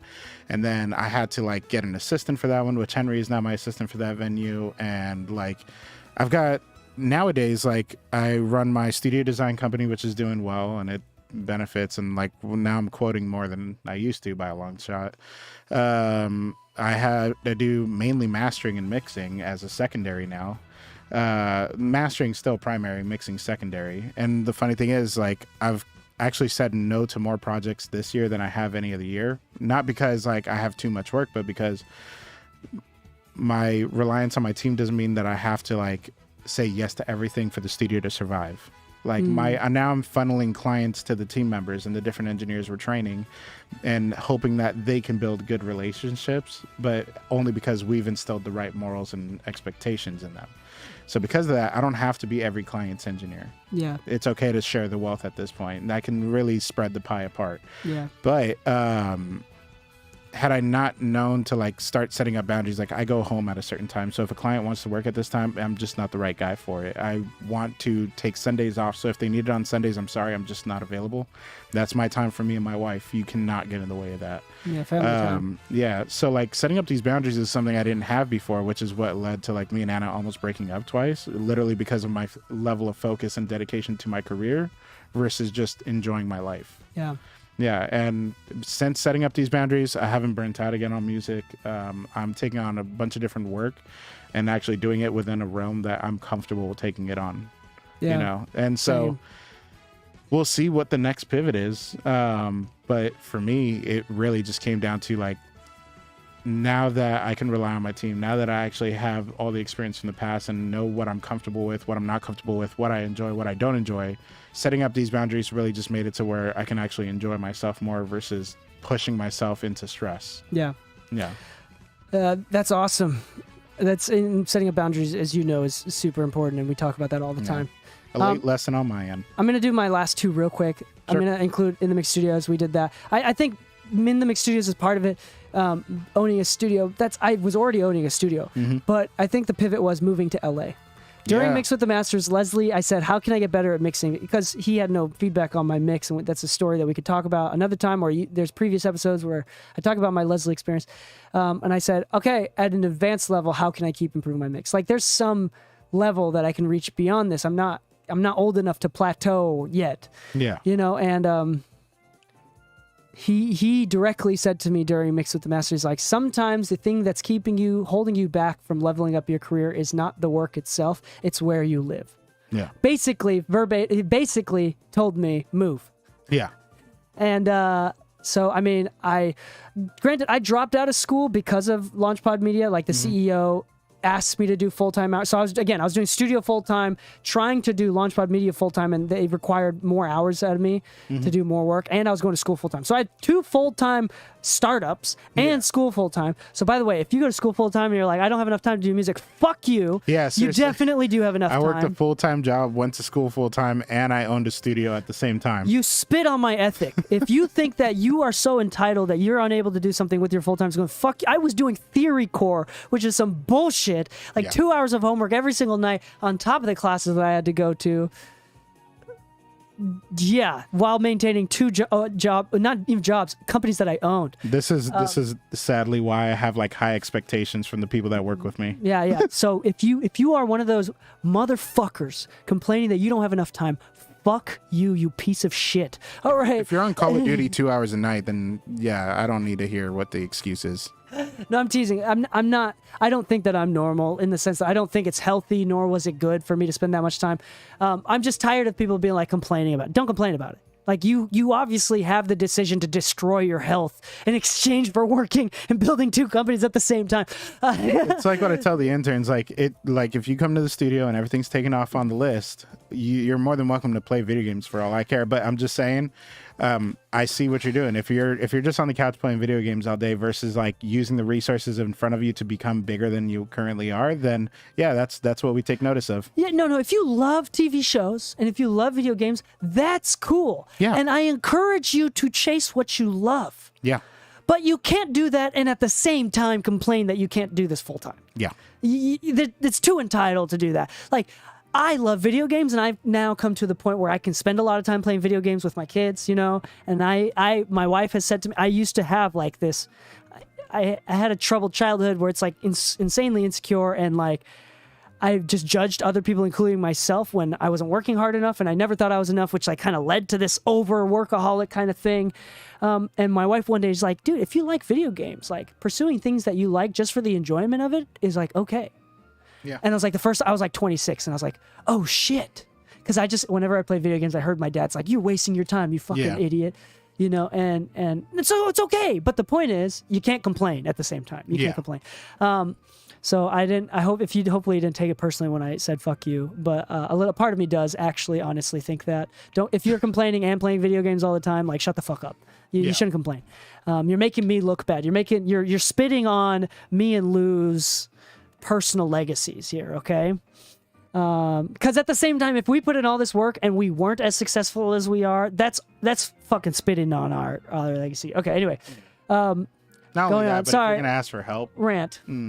Yeah. Rant. Sorry, rant over. But I pivoted to Los Angeles. We moved to Los Angeles. Totally different game. I thought that having another studio, so I still have Cold House in Utah, but having another studio in LA, I thought it was going to be the same thing. It wasn't. Totally different. I found out that I didn't want to engineer, and I didn't really want to be working out of that studio. And I learned that much quicker than I thought I did. I very quickly... and by this time, I had left LaunchPod as an active employee. We had hired myself out of the position, and I was like, they're like, yeah, you can do whatever you want in LA. Just be a part of these meetings that we do at least once a month or a quarter. And so I went out and I pursued music in LA, and I'm out here now. As much as I only do the studio once a week with stuff here and there, but I'm not engineering out of the studio, as you know. I'm literally just a purebred owner. And this is my last pivot, is when I went from actively working in the mix studios to now, and especially this year, I have made the most amount of money that I've ever made from just mixing ever in my entire life. And in fact, I think that I've made a lot, okay, I need to be careful, and I'm not going to say anywhere near alluding to how much, but I will say that I've made the most amount of money in liquid cash, not private equity, in liquid cash this year than I've ever made in my entire life. And nice. I'm and here's the cool thing is that I've worked so damn hard is that I'm in a mentally healthy place enough where I feel like I deserved it in a good way. I've earned this shit, and I have no imposter syndrome for the first time ever. And I'm literally I remember in the memories of just losing my passion, I've gone back to what you said, which is just remembering how much I'm passionate about music, how much I love music, and I'm just now going back to doing this for fun within my boundaries. And I did this all before I turned 30. And that's the craziest thing too. And lastly, I'm going to flex this because this is the only episode that I'll have the opportunity to talk about this, and it's actually relevant to the topic. When I was 26, 27, and 28, 3 years in a row, I was, because of the podcast, because of LaunchPod Media, because of the other things going on, I was an official nominee for Forbes 30 Under 30. 3 years in a row. Oh, yeah. I won none of those years, but I was an official nominee. They emailed me and said, hey, you're officially nominated. You're in the final rounds all 3 years, and never won. So it doesn't really mean anything. So it's not it's an unnecessary. It's not really a flex because it's hey, you're not that good. You're good enough, but not that. You didn't win anything. You got to the finish line, but didn't cross it. Yeah. But I'd like to think about that too. But in your experience, to wrap it up, and I deja vu. I'm having a deja vu moment. But I want you to wrap up some of your overall thoughts of what you've learned here, and I'm going to do the same right now. For me, to this day, things that have completely shifted and created my career to allow me to do what I love for a living is one, I have a unique amount of experience building companies, systems, automations, understanding expectations and self-discipline, and having a high amount of impulse control. Yeah. I learned that from entrepreneurship. The second unique thing is I learned on top of that is the impulse control, the level of boundaries, the boundaries that you said, that you talked about, that we always constantly talk about. I learned early because of having a kid early, having kids early. Those two things are very unique to me. That may not work for everybody, but I can guarantee a lot of my success stems from those two things. Yes, I had mentors. Yes, I had people, but even if Leslie gave me everything that I had, put me in the right spot, gave me an internship, if I didn't have the skills and the impulse control and the self-respect and the work standards that I learned from entrepreneurship, I don't think that I would have been able to differentiate myself enough to make a living from this. Gotcha. At this young of an age. So I think those are the biggest things overall. I think that that's why I'm a super huge proponent of learning how to run a proper business. That mixing and engineering, producing is a business, and you have to learn how to take care of business. And it's mostly just doing basics. It's mostly about learning how to put if you have a studio, putting your studio on Google listings, how to boost the Google Studio listings through SEO and through reviews, things of that nature. How to build content and how to make effective content to convert audiences, the lead generation, things, basic stuff. There's no secret to any of this stuff. And that's why I emphasize it so much, because for me, that's what made the difference. I feel like I'm really fucking good at my craft, but I don't think that being good is what made me full-time. Yeah. I think it was my unique ability to be able to run a business. Yeah. Like on my end, it's kind of funny to try to surmise like what all these pivots really did. I know what my habits are, and I know how they've changed over time. And what's kind of funny is like we've talked about this in our differences, where I'm very like front facing to clients, and that's kind of what I kind of would associate all my success to. Like no matter whether it was running my own first studio and trying to figure that out, like a lot of it really came down from like learning how to interact with people, how to communicate, how to actually be a little more effective with like the booking system and all that, and just making sure that client expectations are being met, understanding like different standards. But a lot of that kind of, like I said, kind of started like, I guess, caving in on me a little bit with the busier I got, because everything I was very self-reliant. Like if we had an A2 for an event, I'd be like, oh, I got a second set of hands. That's cool. Instead of just moving with the notion of like, yo, there's a lot of things that we can systemize and actually make a lot more efficient. But because of this, what ended up happening is a lot of these pivot points, it kind of helped with like understanding like, okay, there's certain specialties that I'm good at, but not everything is meant for me to be done. And I started learning that low-key, it's okay for you not to want to do a certain part of the job. If you have a good enough team that you can rely on and you can trust, then you can not necessarily blindly look away, but you can now start saying, you know what, I can focus on doing more. And part of this was like, you don't have to, like in your case, you're very focused on mixing and your business.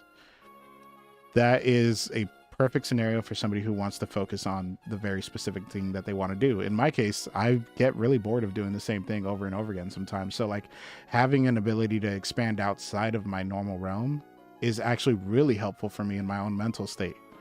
I do the same thing, but with hobbies. Yeah. I have new hobbies every other month. Yeah. Like I'm a collector of hobbies. Have you noticed that me and you never stay on the same thing throughout the years that we've known each other, but we're just as passionate about whatever it is we newly focused on every time? And I start incorporating analogies for whatever my passion is at the moment. Last year was a lot of marathon and running type, like, or earlier this year was a lot of marathon running. Did you ever see my analogy of like the difference between like the quality of mastering engineers, because I can reference one Pikachu from one generation versus a complete reprint copy and be like, well, see, the ink is different. It's like, how can you tell these things? It's like, because I've been around long enough to be able to tell the difference. There you go. And yeah, the analogies are easier when it's front of mind, right? Yeah. You're going to hear a lot more.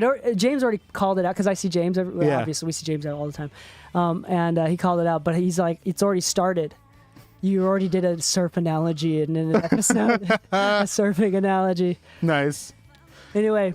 But yeah, like it really kind of comes down to like all these different pivots made it to where it's like, you know, I fell in love with one thing, realizing that there's opportunity in so many different things. I became the guy that's like, so what do you do? And it's kind of hard to say what I do sometimes.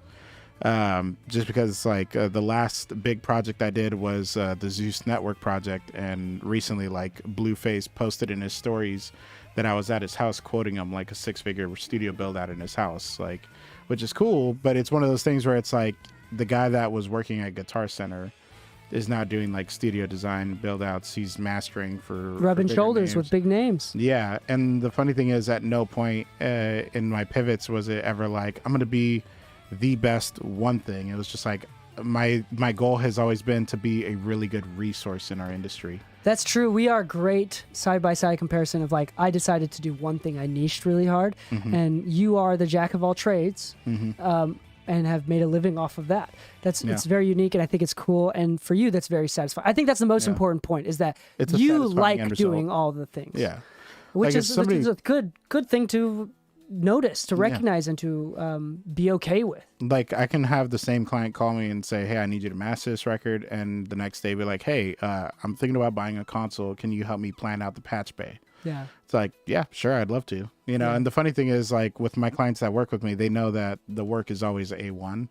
So it's like, it's never in my head ever landed in the idea of like, I'm a jack of whatever trade I'm doing. It's like, no, I have specialties, but I can definitely help you out with more than just what my specialty is. And more importantly, you have the temperament and the desire to want to do all these things. Oh, yeah. For example, I don't want to do studios. Yeah. It's not a fun thing. I literally just want to mix. And I will say, though, the funniest thing out of all this is, for me personally, I laugh about this. I talk about this all the time because it's so funny to me. Out of all the things that I've done, as much as I love scaling and building a scalable business, it's so humorous to me, laughable, that the one thing that I've become the most passionate about, that I want to build my career about, is the least scalable thing I've ever done in my entire life. Music. I can only do mixing music. I can only do one song at a time, servicing one client at a time. Yeah. It's the least I can't really teach. I can have an assistant, but I still have to finish it. You know, like I can't go on vacation. Like that's the only thing is that there's a part of me that's like emotionally unsatisfied because I can't go on vacation. You know, I can go on vacation, but I gotta But you gotta take some of it with you. Yeah, or whatever it is. I have to plan it out really ahead of time. Anyway, it's just funny to me. I need to. Eventually I'll figure it out, but it's just funny to me. Like, yeah. Anyway, that's it for this episode, honestly. Yeah. I think the big takeaway from this is what you should learn is that, again, we're big fans of the importance of saying yes to everything. If you want more clients, you have to say yes to everything. And if you don't, I would never ever force a niche or a niche, right? Like, never ever. If you might think that you want to do mixing right now, but you should still say yes to everything until you've put in about 10,000 hours overall, and then you're like, you know what? I fucking hate recording. I just want to do mixing. Yeah. Once you find yourself trust your gut as well. Like, once you find yourself getting frustrated or not enjoying specific parts of it, that's when you start to say no to those things. Yeah. But don't force a niche. Yeah.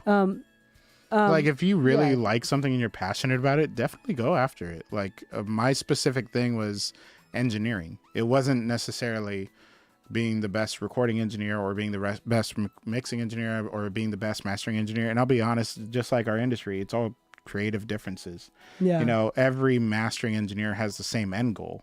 Yeah. But we all go about it differently. So to say that one is better than the other is kind of like this very like niche argument between people. It's even the niche group of people that are arguing this detail. It's not the audience. So at the end of the day, it becomes one of those things like, as long as you have a good time and your client has a good time, the end results are exactly what they need to be versus like, you know, oh, it's good enough. You know, no, make sure you're still hitting your end goal. You should still have a goal quality output. But you got to really enjoy yourself. Like, a big part of my pivots ended up just being like, I need to learn to calibrate. Chase what you enjoy and make sure you enjoy what you chase. I know it's such a simple platitude there, but the thing is that goes so much deeper than people realize, because at the end of the day, this is another topic that we've talked about. Way too many people have to sacrifice it all in order to do well in this industry, to then in retrospect look back and realize none of it was worth it and completely lose their passion for music. Yeah. Build this. I think that if you are going to be a workaholic and if you are going to chase after it, make sure that you continually work. Make sure you consistently do self-audits, that you realize, is this really what I want to do? You be real with yourself. You be honest. Maybe you decide what you want to do and put it up somewhere. Remember, so you constantly remind yourself why you wanted to do it. Make sure, again, chase what you love what you chase. Make sure you audit yourself and be real honest with yourself and continue to do that. Maintain that passion as best as possible, because at the end of the day, at a high level, to get from level 5 to level 6 is just standard work practices. To get from level 6 to 7 might be a skill thing. To get to level 8 to 9 comes back to simple passion. Yeah. Like, it's crazy. Like, that is a hump. Like all the A&R and all the managers that I'm working with at a higher level on the biggest projects that I've ever worked on, at the end of the day, the one thing that we consistently talk about is that we're still somehow, through all of the bullshit that we've had to deal with, we maintained a total, pure, almost naive love for music. Yeah. And that is something that most people lose towards the end of their career by the time they start figuring it out. So just be self-aware with all that stuff. It's okay to do music as a hobby. We're huge proponents and advocates of music as a hobby. This is something that you can do till you die. You don't get injured and stop. You know how many people music. I know that like they're retired, but they still record from home, like different groups just for the fun of it. Like they just find a group. They're like, oh, wait, you guys really can't afford to record? It's like, no, it's like, I really like your music. You know what? I'll help you out. And they just do it for free from home. It doesn't have to be the most complicated setup. They just know that they really enjoy who they're working with. And they're like, I don't mind doing this one for free. Amen. So on that note, thank you again for listening to this episode. Go check out our discounts and offerings, our sponsors, things like FilePass, Loudon Audio, Plugin Boutique, Sweetwater. These are all sponsors of the podcast. Again, mixingmusicpodcast.com, and our resources tab will show you all of our current discounts and running things at the moment. Book recommendations even, which is crazy. Yeah. Something unique to us. Another thing as well is, if you like this sort of stuff, but you want more exclusive technical content about how to use a compressor, how to get louder mixes, things of that nature, sign up for exclusive podcasts. For $4 a month or $40 a year, we do exclusive episodes hidden behind a paywall that we only talk about technical tips. Short, sweet episodes. We pull interviews from other engineers and producers, and we break it down in terms that are practical for you to apply to your next session. We have a large list of current subscribers, so go ahead, check that out, mixingmusicpodcast.com/exclusive. Lastly, this is super important. If you stick around this long, if you listen to maybe 5 of our episodes in a row, if you've been binging our content and you haven't taken the time to do a 5-star review for our content, that goes such a long way. On Spotify, you can only rate 5 stars. You can't leave a few words, but if you can leave a few words, like on Google and Apple Podcasts, just say a couple sentences of what topics you'd like to hear, what you liked about these episodes, so we can make more of those types of content. But also just saying a few words and posting a proper review actually boosts our podcasts in the algorithm, and it helps us reach more people. And if we've given you any sort of value, this is the one way that you can give us value back. So we really, really appreciate that. And on that note, happy mixing, my friends, and stay saucy. Boom. Hi. Oh, tabitai this. All right, that's it. Thank you so much. Happy mixing, friends. Stay saucy.